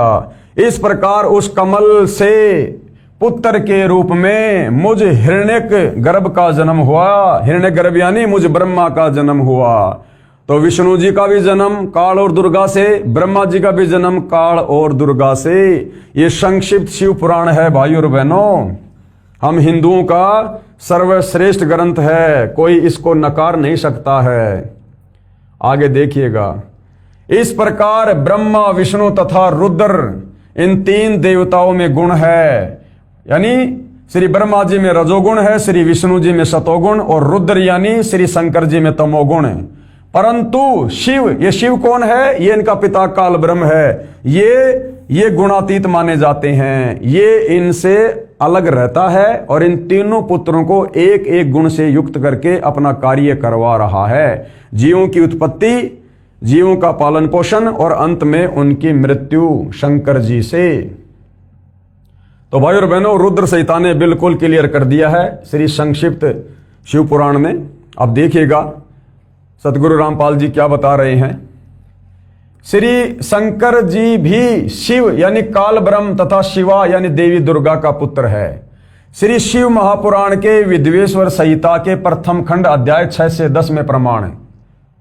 अब श्री ब्रह्मा श्री विष्णु की उत्पत्ति शिवा और शिव से यानी काल और दुर्गा से आपने देख लिया है शिव पुराण में। अब शंकर जी की उत्पत्ति भी उन्हीं से हुई है, इसका प्रमाण भी आपको दिया जा रहा है। कहां है? श्री शिव महापुराण के विद्वेश्वर संहिता के प्रथम खंड अध्याय 6 से 10 में। पहले आपको सतगुरु रामपाल जी लिखकर क्या लिखा हुआ है वो समझा रहे हैं, फिर आपको फोटोकॉपी दिखाई जाएगी। एक समय श्री ब्रह्मा जी तथा श्री विष्णु जी का इस बात पर युद्ध हो गया कि श्री ब्रह्मा जी ने कहा, मैं तेरा पिता हूं क्योंकि यह संसार मेरे से उत्पन्न हुआ है, मैं प्रजापति हूं। विष्णु जी ने कहा कि मैं तेरा पिता हूं, तू मेरे नाभि कमल से उत्पन्न हुआ है। अब जिन भगवानों को हम अजरो अमर मान के, सर्वेश्वर महेश्वर मान के, जिनकी हम पूजा करते थे, भक्ति करते थे कि मोक्ष होगा, सद्बुद्धि आएगी, परिवार में शांति होगी, दुनिया में भाईचारा बढ़ेगा, अब इन भगवानों की हालत देख लो। एक समय श्री ब्रह्मा जी और श्री विष्णु जी का आपस में भयंकर युद्ध हो गया। ब्रह्मा जी बोले मैं तेरा बाप हूं और विष्णु जी बोले मैं तेरा बाप हूं, मैं तेरा पिता। इसी बात को लेकर इन दोनों में युद्ध हो गया, झगड़ा हो गया तगड़े वाला। अब बताओ भाई और बहनों, बच्चों की तरह हमारे भगवान लड़ रहे हैं, बच्चों की तरह। जैसे दो छोटे छोटे बच्चे आपस में किसी बात को लेकर झगड़ने लग जाते हैं कि मैं तेरा बाप, दूसरा बोला मैं तेरा बाप। फिर कोई व्यक्ति उनका समझौता करवाता तो क्या कहते हैं, ये मेरे को पहले बोला कि मैं तेरा बाप, फिर मैंने बोला कि मैं तेरा बाप। तो जिन भगवानों को हम लोग भगवान मान के और पूजा कर रहे थे कि हमारा कल्याण होगा, हमें सद्बुद्धि आएगी, अब बताओ इन लड़ाई झगड़ा करने वाले भगवानों की भक्ति करके हमारे अंदर भी वही गुण आएंगे? क्या खाक मुक्ति होगी हमारी? विष्णु जी ने कहा कि मैं तेरा पिता हूं, तू मेरे नाभि कमल से उत्पन्न हुआ है, और दोनों एक दूसरे को मारने के लिए तत्पर हो गए। उसी समय सदाशिव अर्थात काल ब्रह्म ने उन दोनों के बीच में एक सफेद रंग का एक प्रकाशमय स्तंभ खड़ा कर दिया। अब उस काल ने देखा कि ये मेरे बेटे आपस में लड़ रहे हैं, अगर ये आपस में लड़ेंगे मरेंगे तो फिर सृष्टि की रचना कौन करेगा, जीवों की उत्पत्ति कौन करेगा? और प्रतिदिन मुझे जो 1 लाख मानव शरीरधारी आत्माओं के सूक्ष्म शरीर से निकली वासना खाने का श्राप लगा हुआ है, तो मेरे भोजन का क्या होगा अगर मेरे पुत्र इसी प्रकार से आपस में लड़ते रहे? तो इनका झगड़ा शांत करवाने के लिए इस काल ने क्या किया, शिव जी का रूप बनाकर और उन दोनों के सामने वहां प्रकट हो जाता है। पहले उसने एक वो खंबा प्रकट किया, लंबा सारा स्तंभ। ये श्री ब्रह्मा और विष्णु जी आपस में लड़ाई झगड़ा तो भूल गए और उस स्तंभ को ऊपर से लेकर नीचे तक देखने लग गए कि ये क्या है। और उसके बाद ये काल वहां पर शंकर का रूप बनाकर और अपनी पत्नी दुर्गा को पार्वती का रूप बनाकर वहां पर प्रकट हो जाता है, क्योंकि अपने रूप में तो प्रकट हो नहीं सकता, इसकी मजबूरी है। इसने सौगंध खा रखी है कि मैं आज के बाद किसी को अपने काल रूप में दर्शन नहीं दूंगा। तो ये क्या करता है, ये ऐसे ही अपने इन पुत्रों का रूप बनाकर प्रकट हो जाता है। तो जिस समय ब्रह्मा और विष्णु जी लड़ रहे थे तो शंकर जी तो वहां थे नहीं, तो उस समय ये शंकर जी का रूप बनाकर वहां पर प्रकट हो गया और उनका युद्ध रुकवाया और उनकी शंका का समाधान किया कि नालायकों, तुम भगवान नहीं हो, तुम अपने आप को भगवान समझ बैठे। अब इस बात को लेकर अब ब्रह्मा और विष्णु जी समझ नहीं पाए। उन्होंने सोचा कि हमारा तीसरे नंबर का भाई शंकर जी होगा, उन्हें नहीं पता कि शंकर के रूप में काल है। तो इस प्रकार से ब्रह्मा और विष्णु ने शंकर जी को भगवान बताना शुरू कर दिया। फिर नीचे आप और हमारे जैसे विद्वानों ने शंकर जी की पूजा कर दी कि ये भगवान है, महेश्वर है, अजरो अमर है, सब कुछ है। ऐसे भाई और बहनों, ये काल सबको भ्रमित रखता है। तो क्या किया, दोनों एक दूसरे को मारने के लिए तैयार हो गए। उसी समय सदाशिव यानी ये काल अर्थात काल ब्रह्म ने उन दोनों के बीच में एक सफेद रंग का एक प्रकाशमय स्तंभ खड़ा कर दिया, एक खंबा खड़ा कर दिया उन दोनों के बीच में युद्ध को रुकवाने के लिए। उसके पश्चात अपने पुत्र तमगुण शिव के रूप में प्रकट होकर उस स्तंभ को अपने लिंग यानी प्राइवेट पार्ट का आकार दे दिया। ये वर्तमान में जो शिवलिंग की पूजा हिंदू समाज में चल रही है, ये कितनी घटिया और शर्मनाक साधना है। और ना हमारे धर्मगुरुओं को पता, ना हिंदू भाई बहनों को पता कि शिवलिंग क्या है और किस प्रकार से इसकी पूजा शुरू हुई है और इसकी पूजा से हमें क्या लाभ है। इस प्रकार से काल ने छलबल करके आप और हमें उल्टी साधना पर लगाए रखने के लिए ये इस प्रकार की पत्थर पूजा, शिवलिंग पूजा इसने शुरू करवाई। क्योंकि ये काल, ये सदाशिव ये नहीं चाहता कि मेरे 21 ब्रह्मांड में कोई भी प्राणी शास्त्रों के अनुसार सत भक्ति करके उस परम अक्षर ब्रह्म पूर्ण ब्रह्म परमेश्वर की भक्ति करके और मेरे 21 ब्रह्मांड से बाहर चला जाए।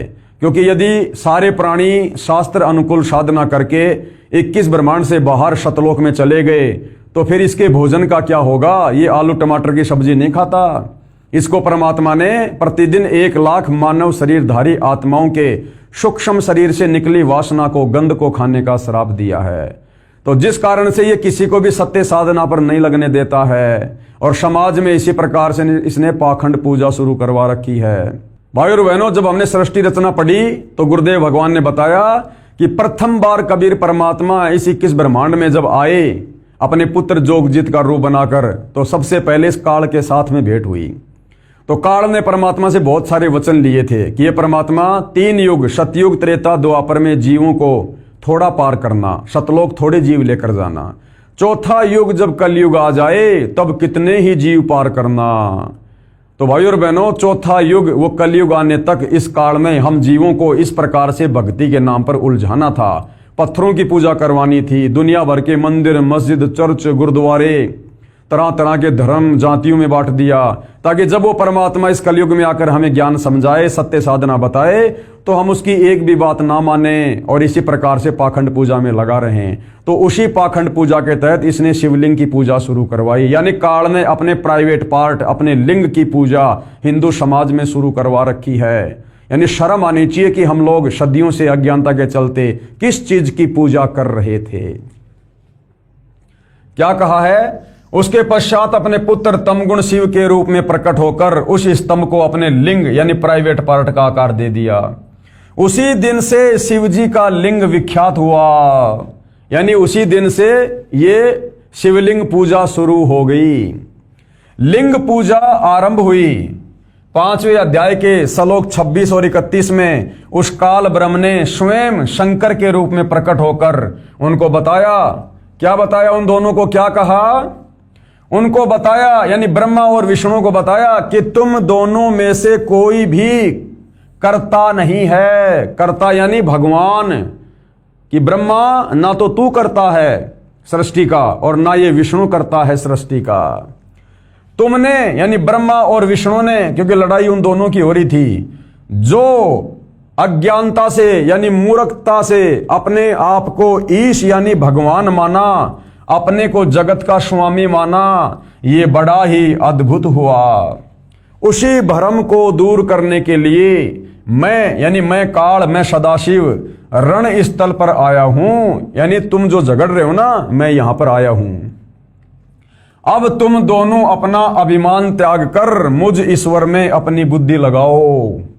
अब ब्रह्मा विष्णु महेश ने सोचा ये हमारा भाई शंकर है, तो इस प्रकार से दोनों फिर उसकी पूजा करने लग गए, अपने से उसको बड़ा मानने लग गए। इस प्रकार से इस काल ने सारा खेल खेला। ये हमारे सदग्रंथों में सब कुछ लिखा हुआ है भाई और बहनों।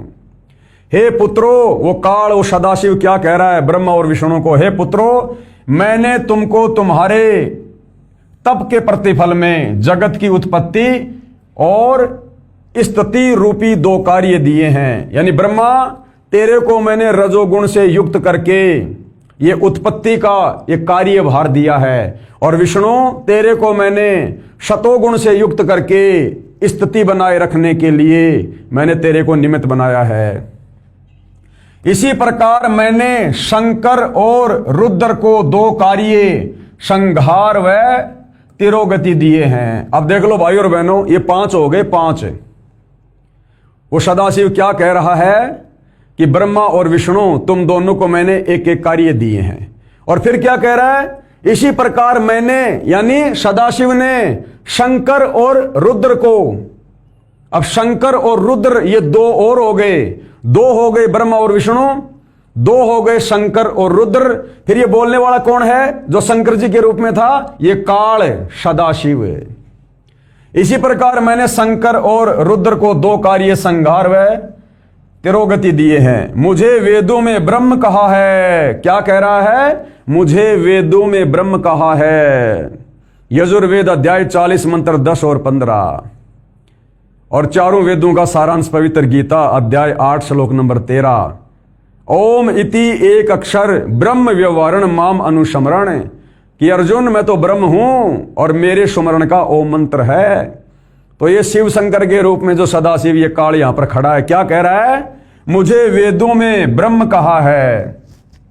मेरे 5 मुख हैं, एक मुख से अकार, दूसरे मुख से उकार, तीसरे मुख से मकार, चौथे मुख से बिंदु तथा 5वें मुख से नाद प्रकट हुए हैं। उन्हीं 5 अवयवों से एकीभूत होकर एक अक्षर ओम बना है। ये मेरा मूल मंत्र है। यानी मेरा मंत्र क्या है? ओम। कौन है ये? सदाशिव काल ब्रह्म। इसलिए गीता का ज्ञानदाता कौन? सदाशिव काल ब्रह्म। ये अपना मंत्र क्या बता रहा है? ओम। और गीता अध्याय 8 श्लोक नंबर 13 में गीता ज्ञानदाता क्या कह रहा है? ओम इति एक अक्षर ब्रह्म व्यवहारण माम अनुशमरण ये परियाति तजन देहम शयाति परमाम गतम, कि अर्जुन मेरे जाप का केवल एक ओम मंत्र है। तो गीता का ज्ञान श्री कृष्ण जी ने नहीं, बल्कि श्री कृष्ण जी के शरीर में प्रवेश करके इस काल ब्रह्म ने, इस सदाशिव ने, इस ज्योति निरंजन ने दिया, जिसका ओम मंत्र है। शिव पुराण के इस उल्लेख से यह भी सिद्ध हुआ कि मेरे को ब्रह्म कहते हैं। क्या कहते हैं?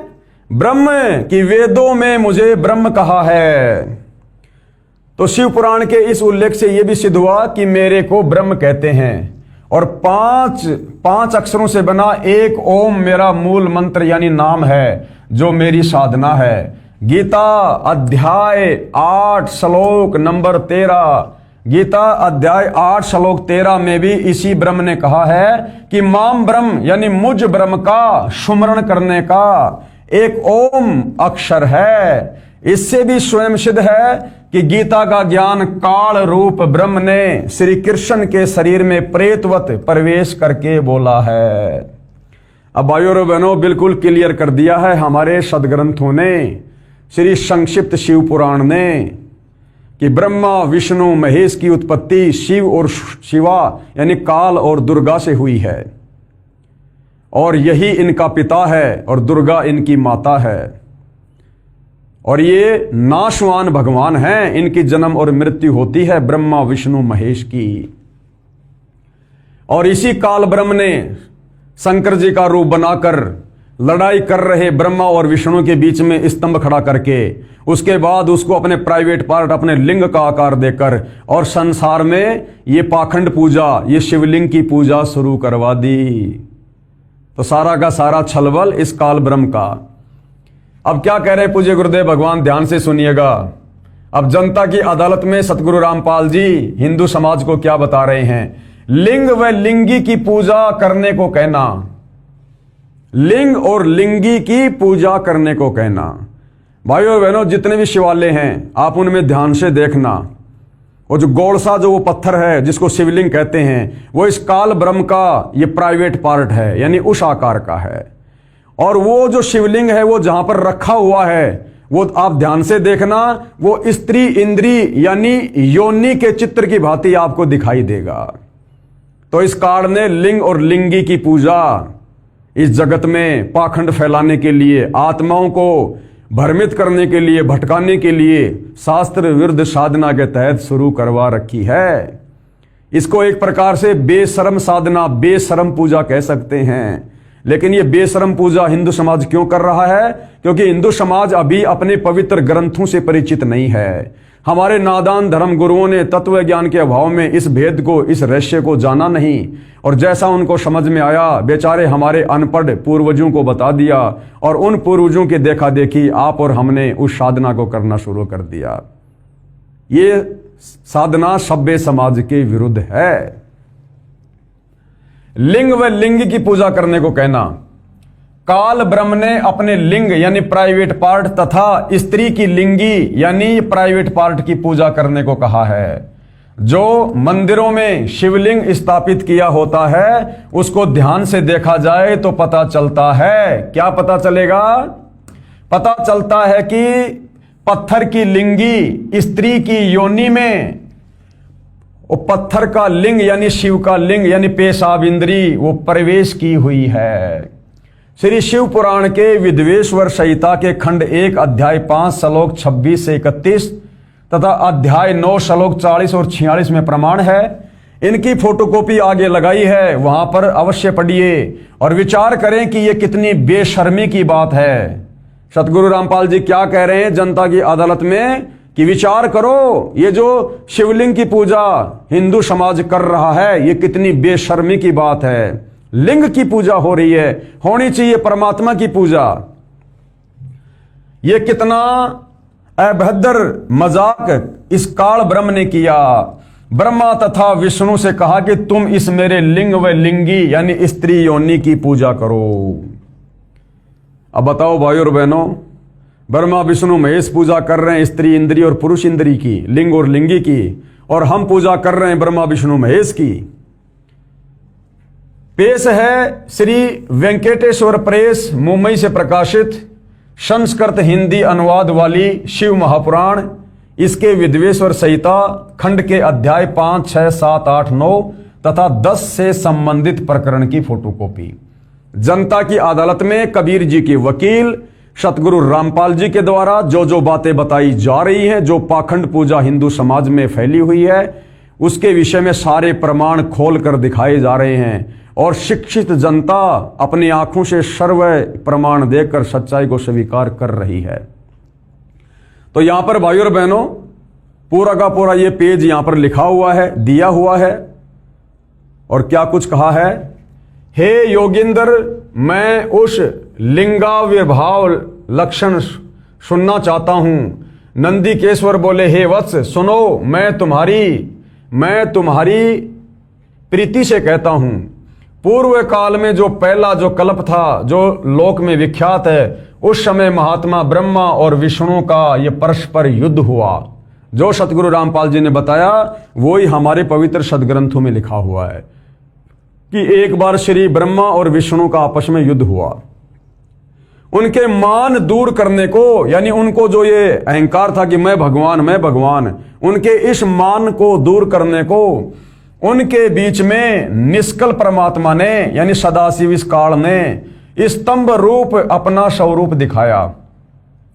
तब जगत के हित की इच्छा से निर्गुण शिव ने, यानी उस काल ब्रह्म ने, उस तेजोमय स्तंभ से अपने लिंग का स्वरूप बनाया, अपने लिंग का स्वरूप बना दिया उस स्तंभ को। और उसी दिन से लोक में वह निष्कल शिव जी का लिंग विख्यात हुआ, और उसी दिन से ये पाखंड पूजा, शिवलिंग की पूजा शुरू हो गई। बाद में यहां पर ये संस्कृत लिखी हुई है। सगुण में बेर रूप की कल्पना की गई।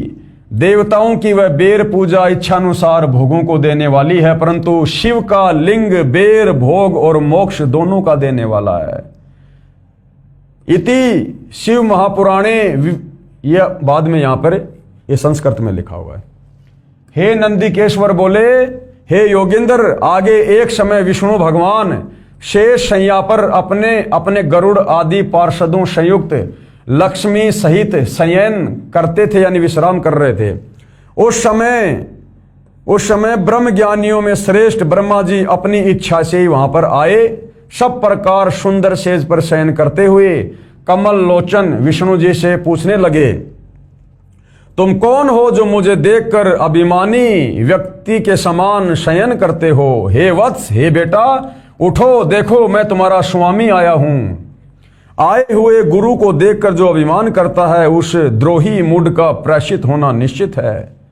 और यहां पर श्री ब्रह्मा जी को ब्रह्म ज्ञानियों में श्रेष्ठ, और बातें क्या कर रहा है? अहंकार वाली। अब ये सुनकर विष्णु जी के अंतर में, यानी श्री विष्णु जी के हृदय में तो क्रोध हुआ, परंतु बाहर से शांत रहे और बोले, हे वत्स, हे बेटा, तुम्हारा मंगल हो, बैठो इस आसन पर विराजो। इस समय तुम्हारा नेत्र कुटिल और तुम्हारा मुख वक्र क्यों हो रहा है? विष्णु जी बोले ब्रह्मा जी को, तेरा मुंह टेढ़ा क्यों हो रहा है इस समय? क्या बात हो गई? बैठ, शांति से बात करते हैं। ब्रह्मा जी बोले, हे वत्स, यानी हे बेटा विष्णु, तुमको समय के प्रभाव से अभिमान हो गया है। हे पुत्र, मैं तुम्हारा रक्षक और जगत का पितामह हूं।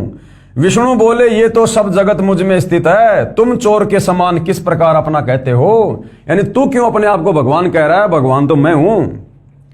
तुम मेरी नाभि कमल से उत्पन्न हुए हो। ये बीच में फिर ये संस्कृत आ गई है, हम सीधा हिंदी पे चलेंगे। तुम मेरे नाभि कमल से उत्पन्न हुए हो, इससे मेरे पुत्र हो। मुझे पुत्र कहना व्यर्थ है। विष्णु जी बोले, तू मेरा बेटा है, मेरे नाभि कमल से उत्पन्न हुआ है, और तू मुझे अपना बेटा कह रहा है, ये गलत बात है। नंदीकेश्वर बोले, इस प्रकार ब्रह्मा विष्णु दोनों ही रजोगुण से मुग्ध होकर विवाद करने लगे। मैं श्रेष्ठ हूं, मैं स्वामी हूं, ऐसा कहकर एक दूसरे को मारने की इच्छा से युद्ध करने लगे।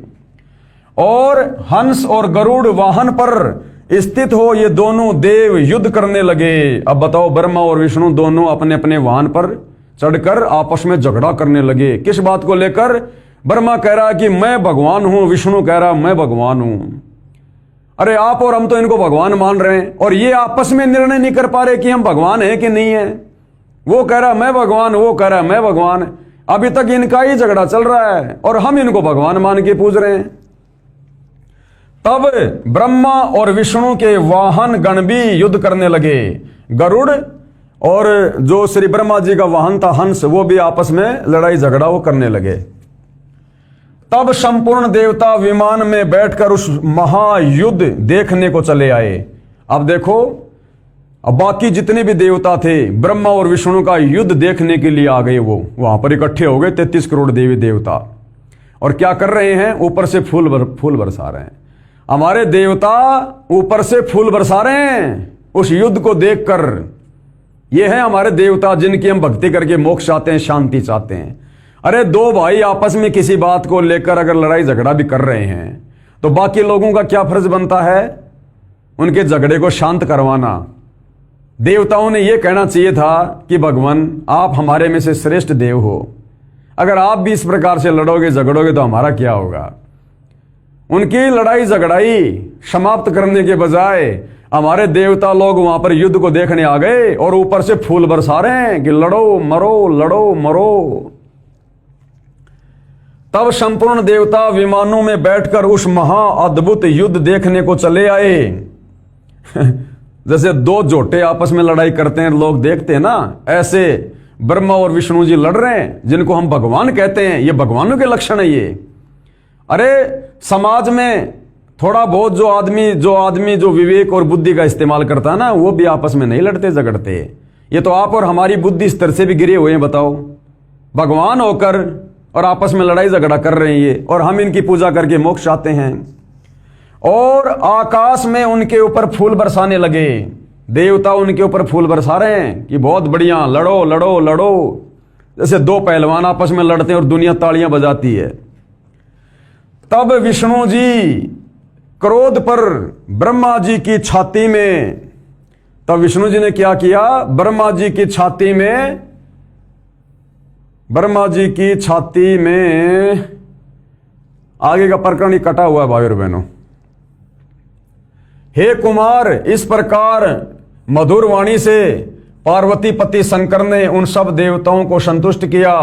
तब शिव ने अपने 100 गणों उस समर स्थान में जाने की आज्ञा दी जहां ब्रह्मा और विष्णु थे।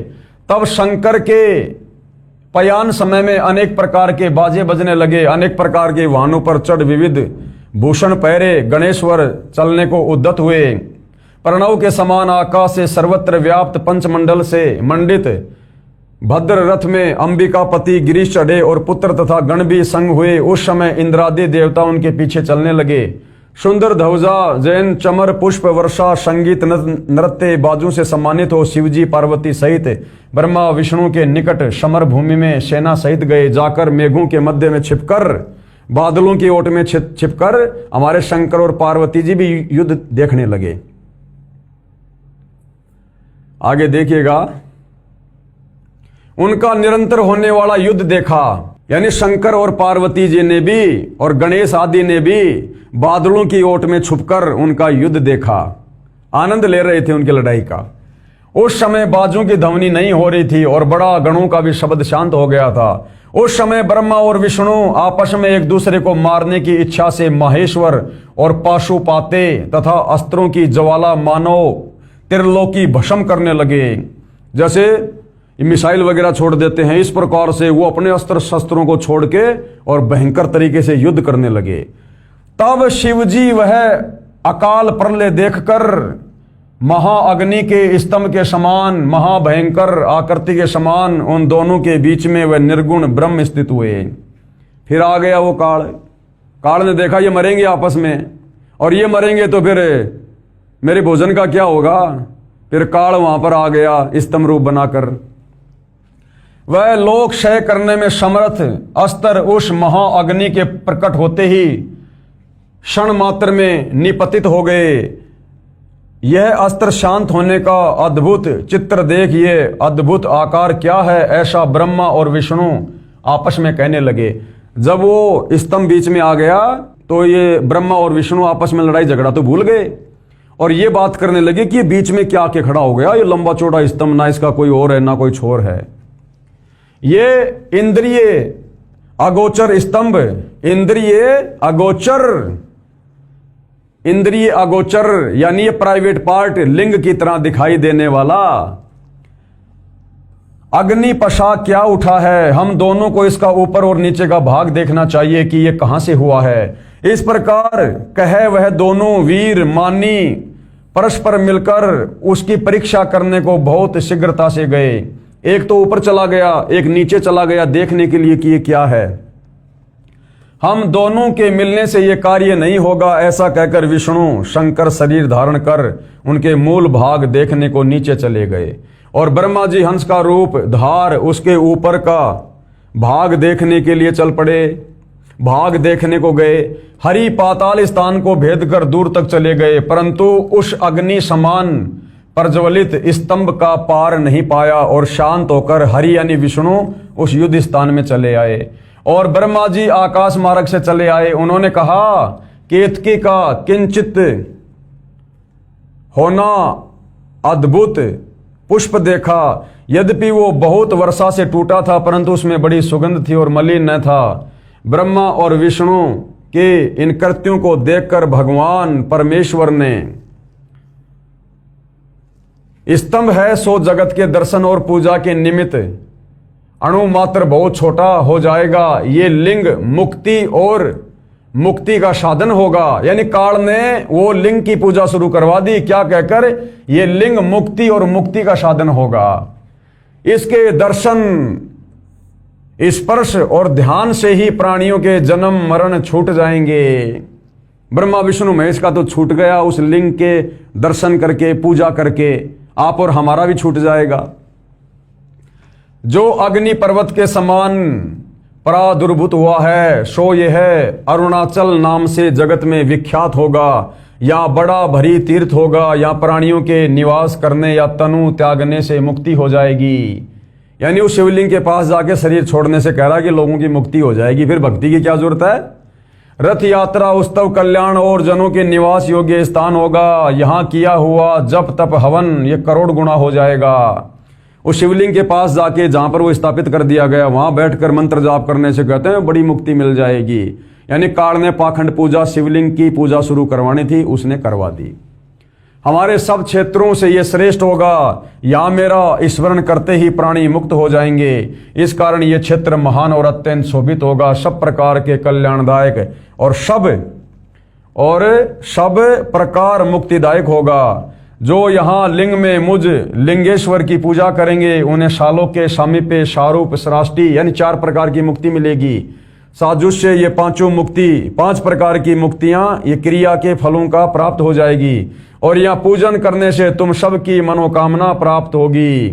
नंदीकेश्वर बोले इस प्रकार भगवान ने यानी उस काल ब्रह्म ने उन नम्र हुए यानी शांत हो चुके ब्रह्मा और विष्णु पर अनुग्रह करके उनके युद्ध में जो परस्पर उनकी सेना मारी गई थी सब उनको अपनी शक्ति से जीवित किया और उठाया, जिस शक्ति में अमृत की धारा रहती है, और उन दोनों की अज्ञानता और वैर को दूर करने के अर्थ दोनों से कहा। क्या कहा उस काल में ब्रह्मा और विष्णु से, मेरे सकल और निष्कल भेद 2 रूप हैं परंतु और ईश्वर नहीं, इस कारण उनमें 2 रूप नहीं हो सकते। पहला स्तंभ रूप और पीछे मूर्तिमान रूप धारण किया, इसमें ब्रह्म रूप निष्फल है और ईश रूप सगुण है। मेरे ये दोनों रूप सिद्ध हैं, दूसरे किसी के नहीं हो सकते, इस कारण तुम दोनों को अथवा दूसरों को ईश्वरत्व की प्राप्ति नहीं हो सकती। तुमने जो अज्ञान से अपने को ईश माना, क्या कह रहा है वो काल ब्रह्मा विष्णु को, कि तुमने जो अज्ञानता से अपने को ईश यानी भगवान मान लिया ये बड़ा अद्भुत हुआ, उसके दूर करने को ये मैं रण क्षेत्र में आया हूं। यानी तुम्हारा ये घमंड तोड़ने के लिए आया हूं मैं कि तुम भगवान नहीं हो। अब तुम अपना अभिमान त्याग कर मुझ ईश्वर में अपनी बुद्धि लगाओ, मेरे प्रसाद से लोक में सर्व अर्थ प्रकाश करते हैं। मुझ गुरु के वचन ही तुमको बारंबार प्रमाण है, तुम्हारी प्रीति से ही ये गूढ़ ब्रह्मत्व है। मैं तुमसे कहता हूं मैं ही पर ब्रह्म हूं और मेरा ही कल अकल रूप, और ब्रह्म होने से मैं ईश्वर हूं। क्या कह रहा है, मैं ही ब्रह्म हूं और मेरा ही कल अकल रूप है और ब्रह्म होने से मैं ईश्वर हूं। अनुग्रह की ही मेरा ये करते हैं, सर्वव्यापी होने से और जगत के वर्धक होने से मैं ब्रह्मा हूं। हे ब्रह्मकेश, समत्व और व्यापक होने से मैं आत्मा हूं और संपूर्ण जीव आत्मा नहीं है, इसमें संदेह नहीं। अनुग्रह से ही ये सर्व के अंत तक जो जगत का जो कृत्य और पंचक है, मैं इस सब का ईश हूं, ये मेरा है, मेरे सिवाय किसी दूसरे का नहीं है। प्रथम तो ब्रह्म ज्ञान के निमित्त निष्कल ब्रह्म का प्रादुर्भाव हुआ। यानी इस प्रकार की सारी बातें लिखी गई है भाई और बहनों, ये आप जियों के सामने है, आप इसको पढ़ सकते हैं।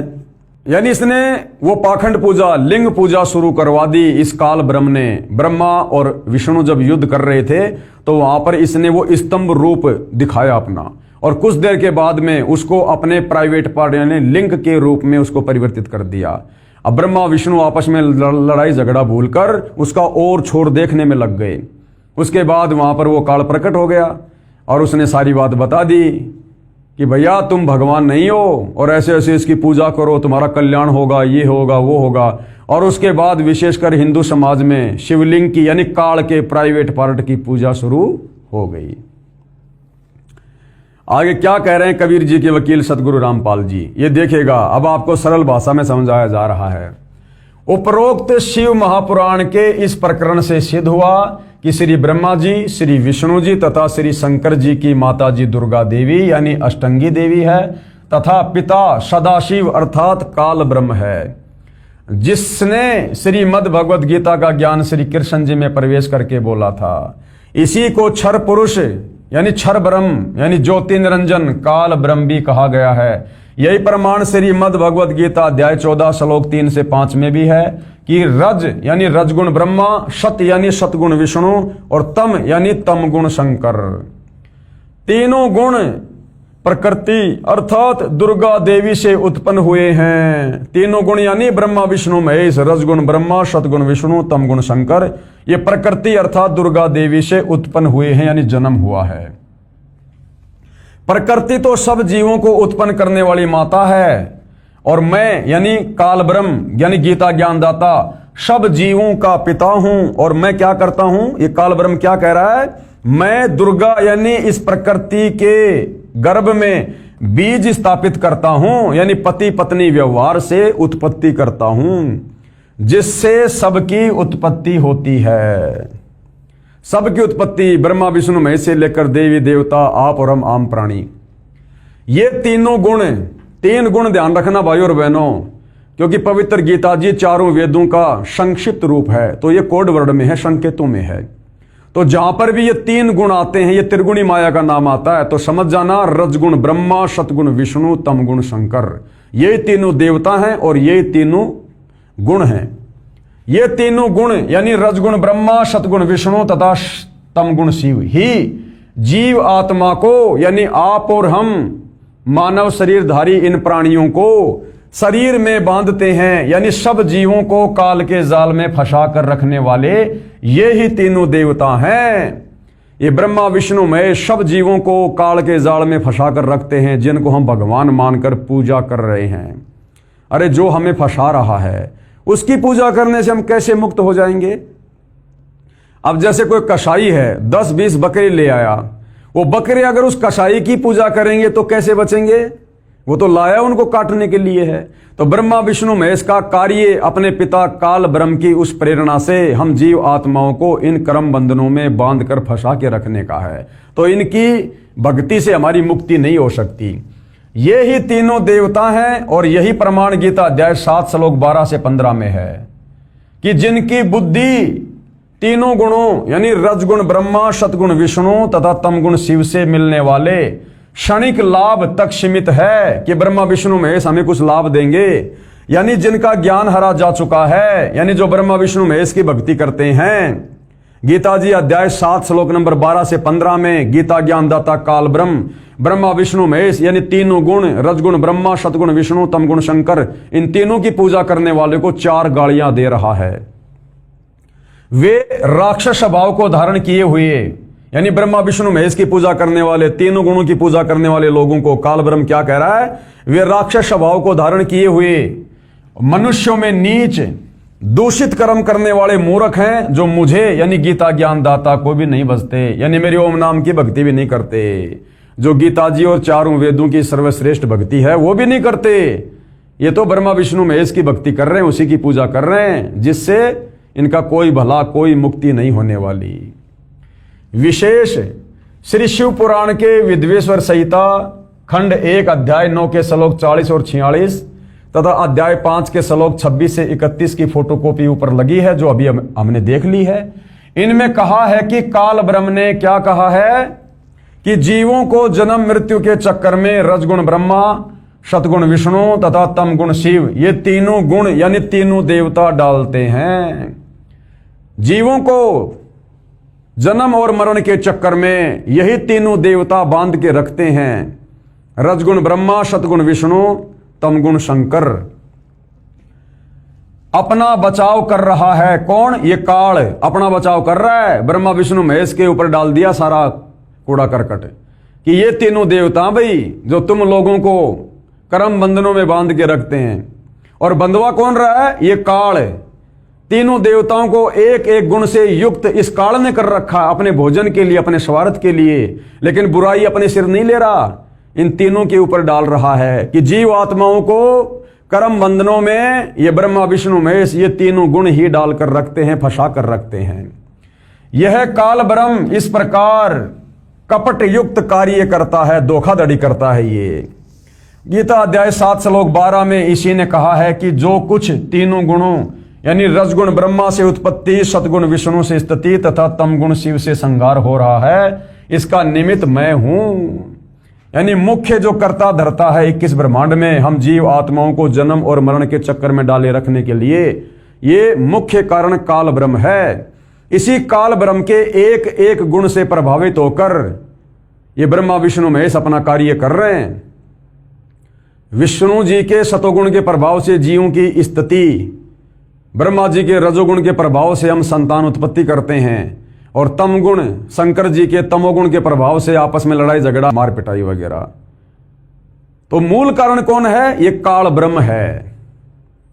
और ये काल ब्रह्म अपने ऊपर ना लेकर ब्रह्मा विष्णु महेश के ऊपर ही टोपी पहना रहा है कि भैया ये ब्रह्मा विष्णु महेश ये तीनों गुण जीव आत्माओं को जन्म और मरण के चक्कर में बांध कर रखे हुए हैं, और जो इनकी पूजा करता है वो राक्षस स्वभाव को धारण किया हुआ मनुष्यों में नीच दूषित कर्म करने वाला मूर्ख आदमी है।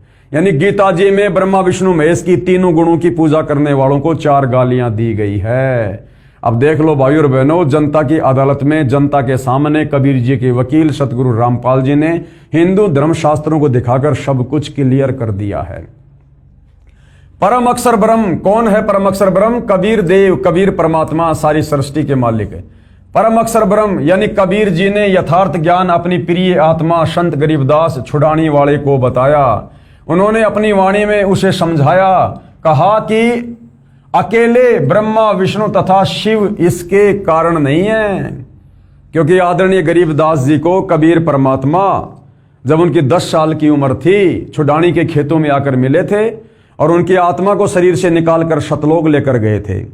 और सतलोक ले जाते समय यहाँ के 21 ब्रह्मांड के सारे ब्रह्मांड दिखाए, यहाँ के ब्रह्मा विष्णु महेश धर्मराय दुर्गा सबके लोक से परिचित करवाया कि देखो ये बैठा है ब्रह्मा, ये बैठा विष्णु, ये बैठा शंकर, और देवी दुर्गा का लोक दिखाया। ऊपर ब्रह्म लोक में वो काल दिखाया कि जिसको तुम निराकार परमात्मा कहते हो, ये है वो काल जो ब्रह्मा विष्णु महेश को निमित्त बना के सब जीवों को जो है वो फंसा के रखता है। तो आदरणीय गरीबदास जी सारी स्थिति से परिचित थे। परमात्मा फिर सतलोक ले गए, फिर उनको सतलोक दिखाया, वहां कितने ठाट बाट है, कितने सुख हैं। और उसके बाद गरीबदास जी का ज्ञान योग खोला। उसके बाद गरीबदास जी ने अपने सदग्रंथ साहिब में अमृतवाणियां लिखवाई और क्या कहा कि अकेले ब्रह्मा विष्णु महेश ही जीव आत्माओं को फांसने के कारण नहीं है, ये काल और दुर्गा ये हैं मुख्य। ये पांचों मिलकर हम जीव आत्माओं को यहां पर शरीर में बांधकर और हमारे को काल के जाल में फंसा के रखते हैं। ब्रह्मा विष्णु महेश्वर माया और धर्मराय कहिए। ब्रह्मा विष्णु महेश, माया यानी दुर्गा, और धर्मराय यानी ये काल, यानी ये 5 हो गए। ब्रह्मा विष्णु महेश इनकी मां है ये माया दुर्गा, और इनका पिता है धर्मराय ये काल। ब्रह्मा विष्णु महेश माया और धर्मराया कहिए, इन पांचों मिल परपंच बनाया और वाणी हमरी लइये। इन पांचों ने मिलकर यह षड्यंत्र रचा है, पांचों ने मिलकर जीव आत्माओं को फंसाने के लिए।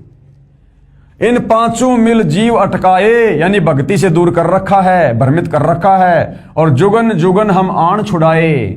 और कबीर परमात्मा ने बताया कि भाई गरीबदास, मैं युगों युगों से, जब से ये आत्मा सतलोक से बिछुड़कर यहां आई है, मैं इनको वापस सतलोक ले जाने के लिए युगों युगों से संत रूप में, साधु रूप में, जिंदा बाबा के रूप में, तत्वदर्शी संत के रूप में आता हूं, ज्ञान समझाता हूं और सतलोक ले चलने के लिए मैं इनको तैयार करता हूं। पेश है गीता अध्याय 14 श्लोक नंबर 4 और 5 की फोटोकॉपी। गीता अध्याय 14 श्लोक नंबर 4, जिसमें ये काल, ये ब्रह्म खुद स्वीकार कर रहा है कि ये प्रकृति यानी दुर्गा तो मेरी पत्नी है और मैं इसके गर्भ में बीज स्थापित करके सबकी उत्पत्ति करता हूं।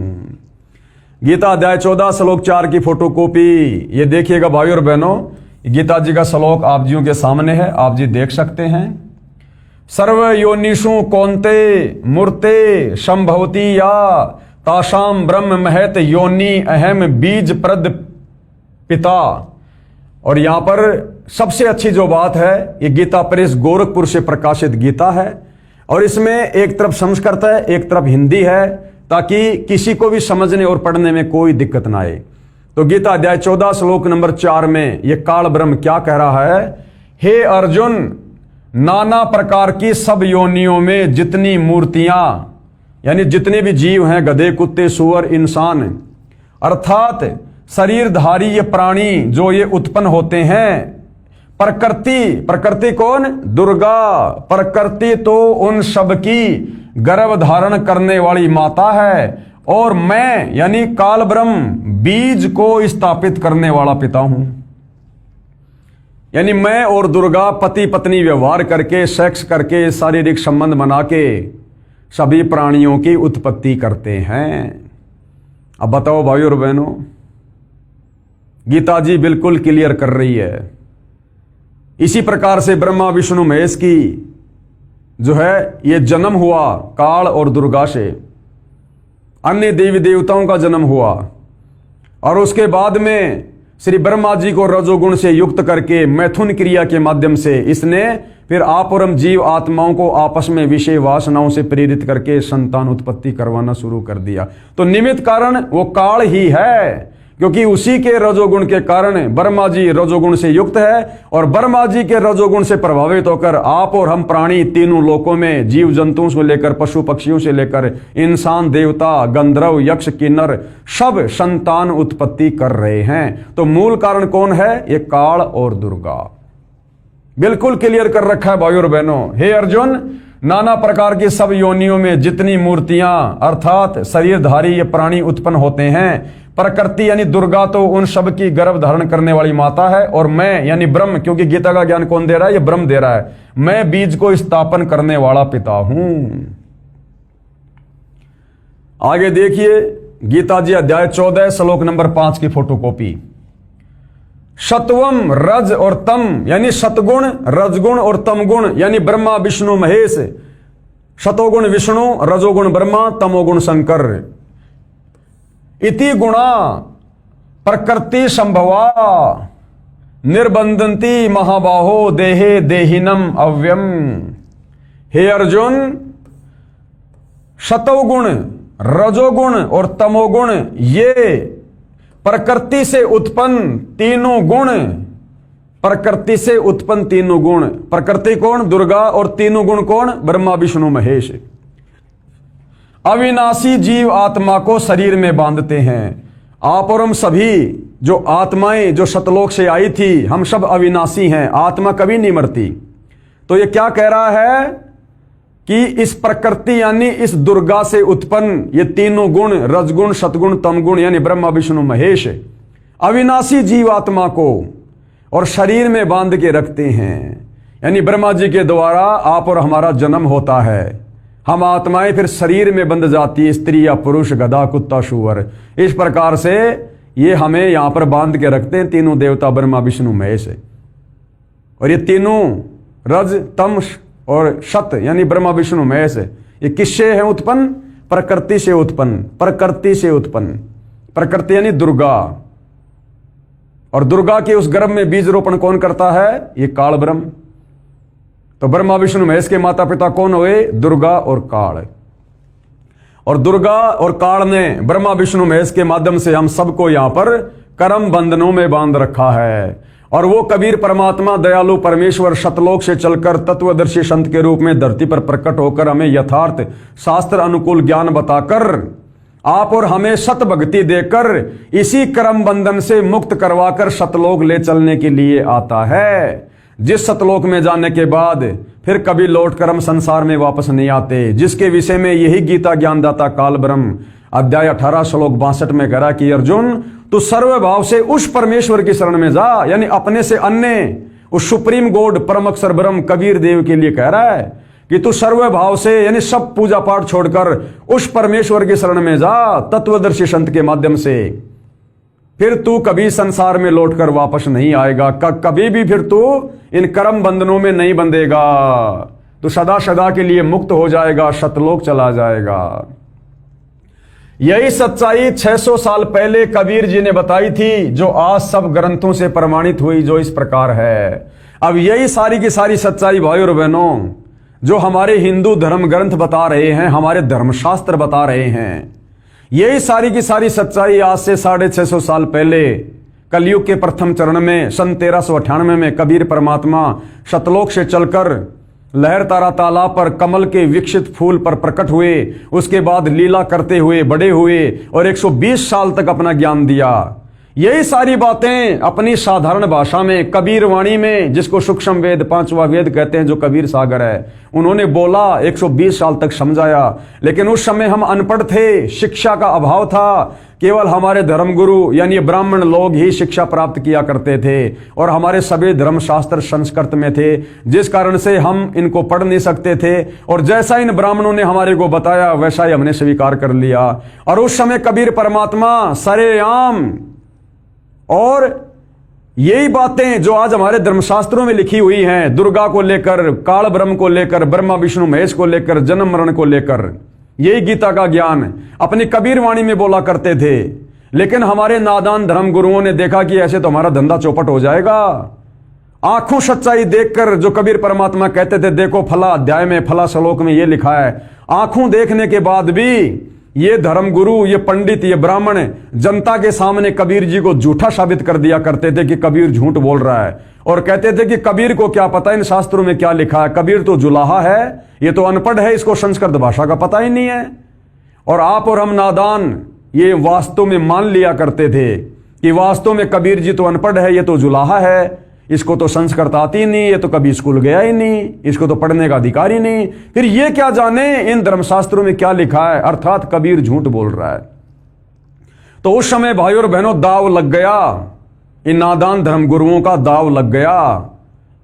बात बात पर कह दिया करते थे कबीर अनपढ़ है, कबीर को क्या पता संस्कृत का।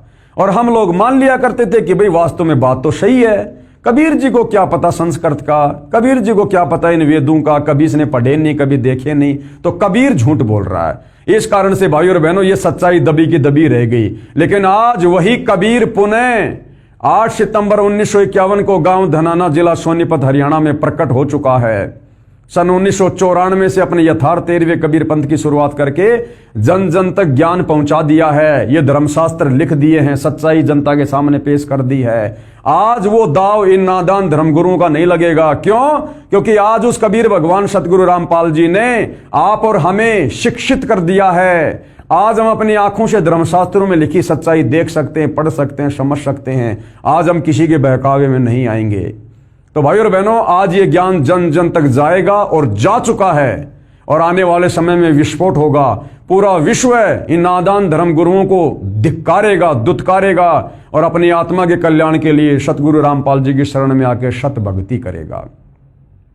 तो जो ज्ञान कबीर परमेश्वर 650 साल पहले अपनी कबीर वाणी में सिंपल भाषा में दिया करते थे, जिसको हमने रिजेक्ट कर दिया था, आज उसी ज्ञान का समर्थन, उसी कबीर परमेश्वर की वाणियों का समर्थन आज हमारे ये तमाम हिंदू धर्म ग्रंथ समर्थन कर रहे हैं कि हाँ, जो कबीर जी ने कहा था वो बात 100% सत्य थी और आज भी है। और आज पूरे विश्व में यह ज्ञान जाएगा, परमेश्वर रामपाल जी का डंका बजाएगा और अनेकों आत्माएं इस काल के लोक से मुक्त होकर, जो सच्चे हृदय से, सच्ची नीयत से इस ज्ञान को समझकर सतगुरु रामपाल जी की शरण में आकर, जो एकमात्र पृथ्वी पर तत्वदर्शी संत हैं, यदि आजीवन मर्यादा में रहकर भक्ति करेंगे, उनके वचन में रहेंगे, तो भाई और बहनों निश्चय अपनी आत्मा का कल्याण करवाएंगे। जन्म और मरण से, इस काल के कर्म बंधनों से छूटकर उस अविनाशी स्थान सतलोक को प्राप्त करेंगे, परम शांति को प्राप्त करेंगे, जहां जिसके विषय में गीता जी का ज्ञान बोलने वाला यह ब्रह्म अध्याय 18 श्लोक 62 में कह रहा कि अर्जुन, तू सर्व भाव से उस परमेश्वर की शरण में जा, जहां जाने के बाद साधक फिर लौटकर वापस इस संसार में नहीं आता, काल के लोक में। तो भाई और बहनों, एक बहुत बड़ा रहम किया है सतगुरु रामपाल जी ने परमात्मा चाहने वाली आत्माओं पर। आप और हमने भी इस सतगुरु रामपाल जी के इस महाउपकार का हमने जमकर फायदा उठाना चाहिए। यह मौका हमें दोबारा नहीं मिलेगा, आत्म कल्याण वाला। तो भाई और बहनों, जनता की अदालत में मामला चल रहा है। एक तरफ श्री कृष्ण जी की पैरवी करने के लिए, उनको परमात्मा बताते हुए, हिंदू धर्म ग्रंथों का हवाला देते हुए हिंदू धर्म के धर्मगुरु खड़े हैं। दूसरी तरफ कबीर जी के वकील के रूप में स्वयं कबीर सतगुरु रामपाल जी के रूप में खड़े हैं और उन्हीं हिंदू धर्मशास्त्रों को दिखा दिखाकर उन श्री कृष्ण जी के वकील हिंदू धर्म ग्रंथों की पोल पट्टी जनता के सामने खोल रहे हैं। और शिक्षित जनता, जो जनता की अदालत में स्वयं जज है, आंखों से इन प्रमाणों को देखकर जो हिंदू धर्मशास्त्रों में है, धीरे धीरे सच्चाई से परिचित हो रही है। तो भाई और बहनों, आगे का मुकदमा कल रात्रि 8:30 बजे। क्या मुकदमा है?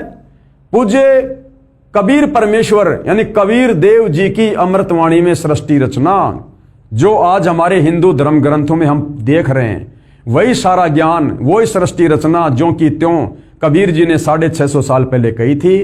तो उसके विषय में भाई और बहनों, हम कल रात्रि 8:30 बजे विशेष ज्ञान चर्चा करेंगे।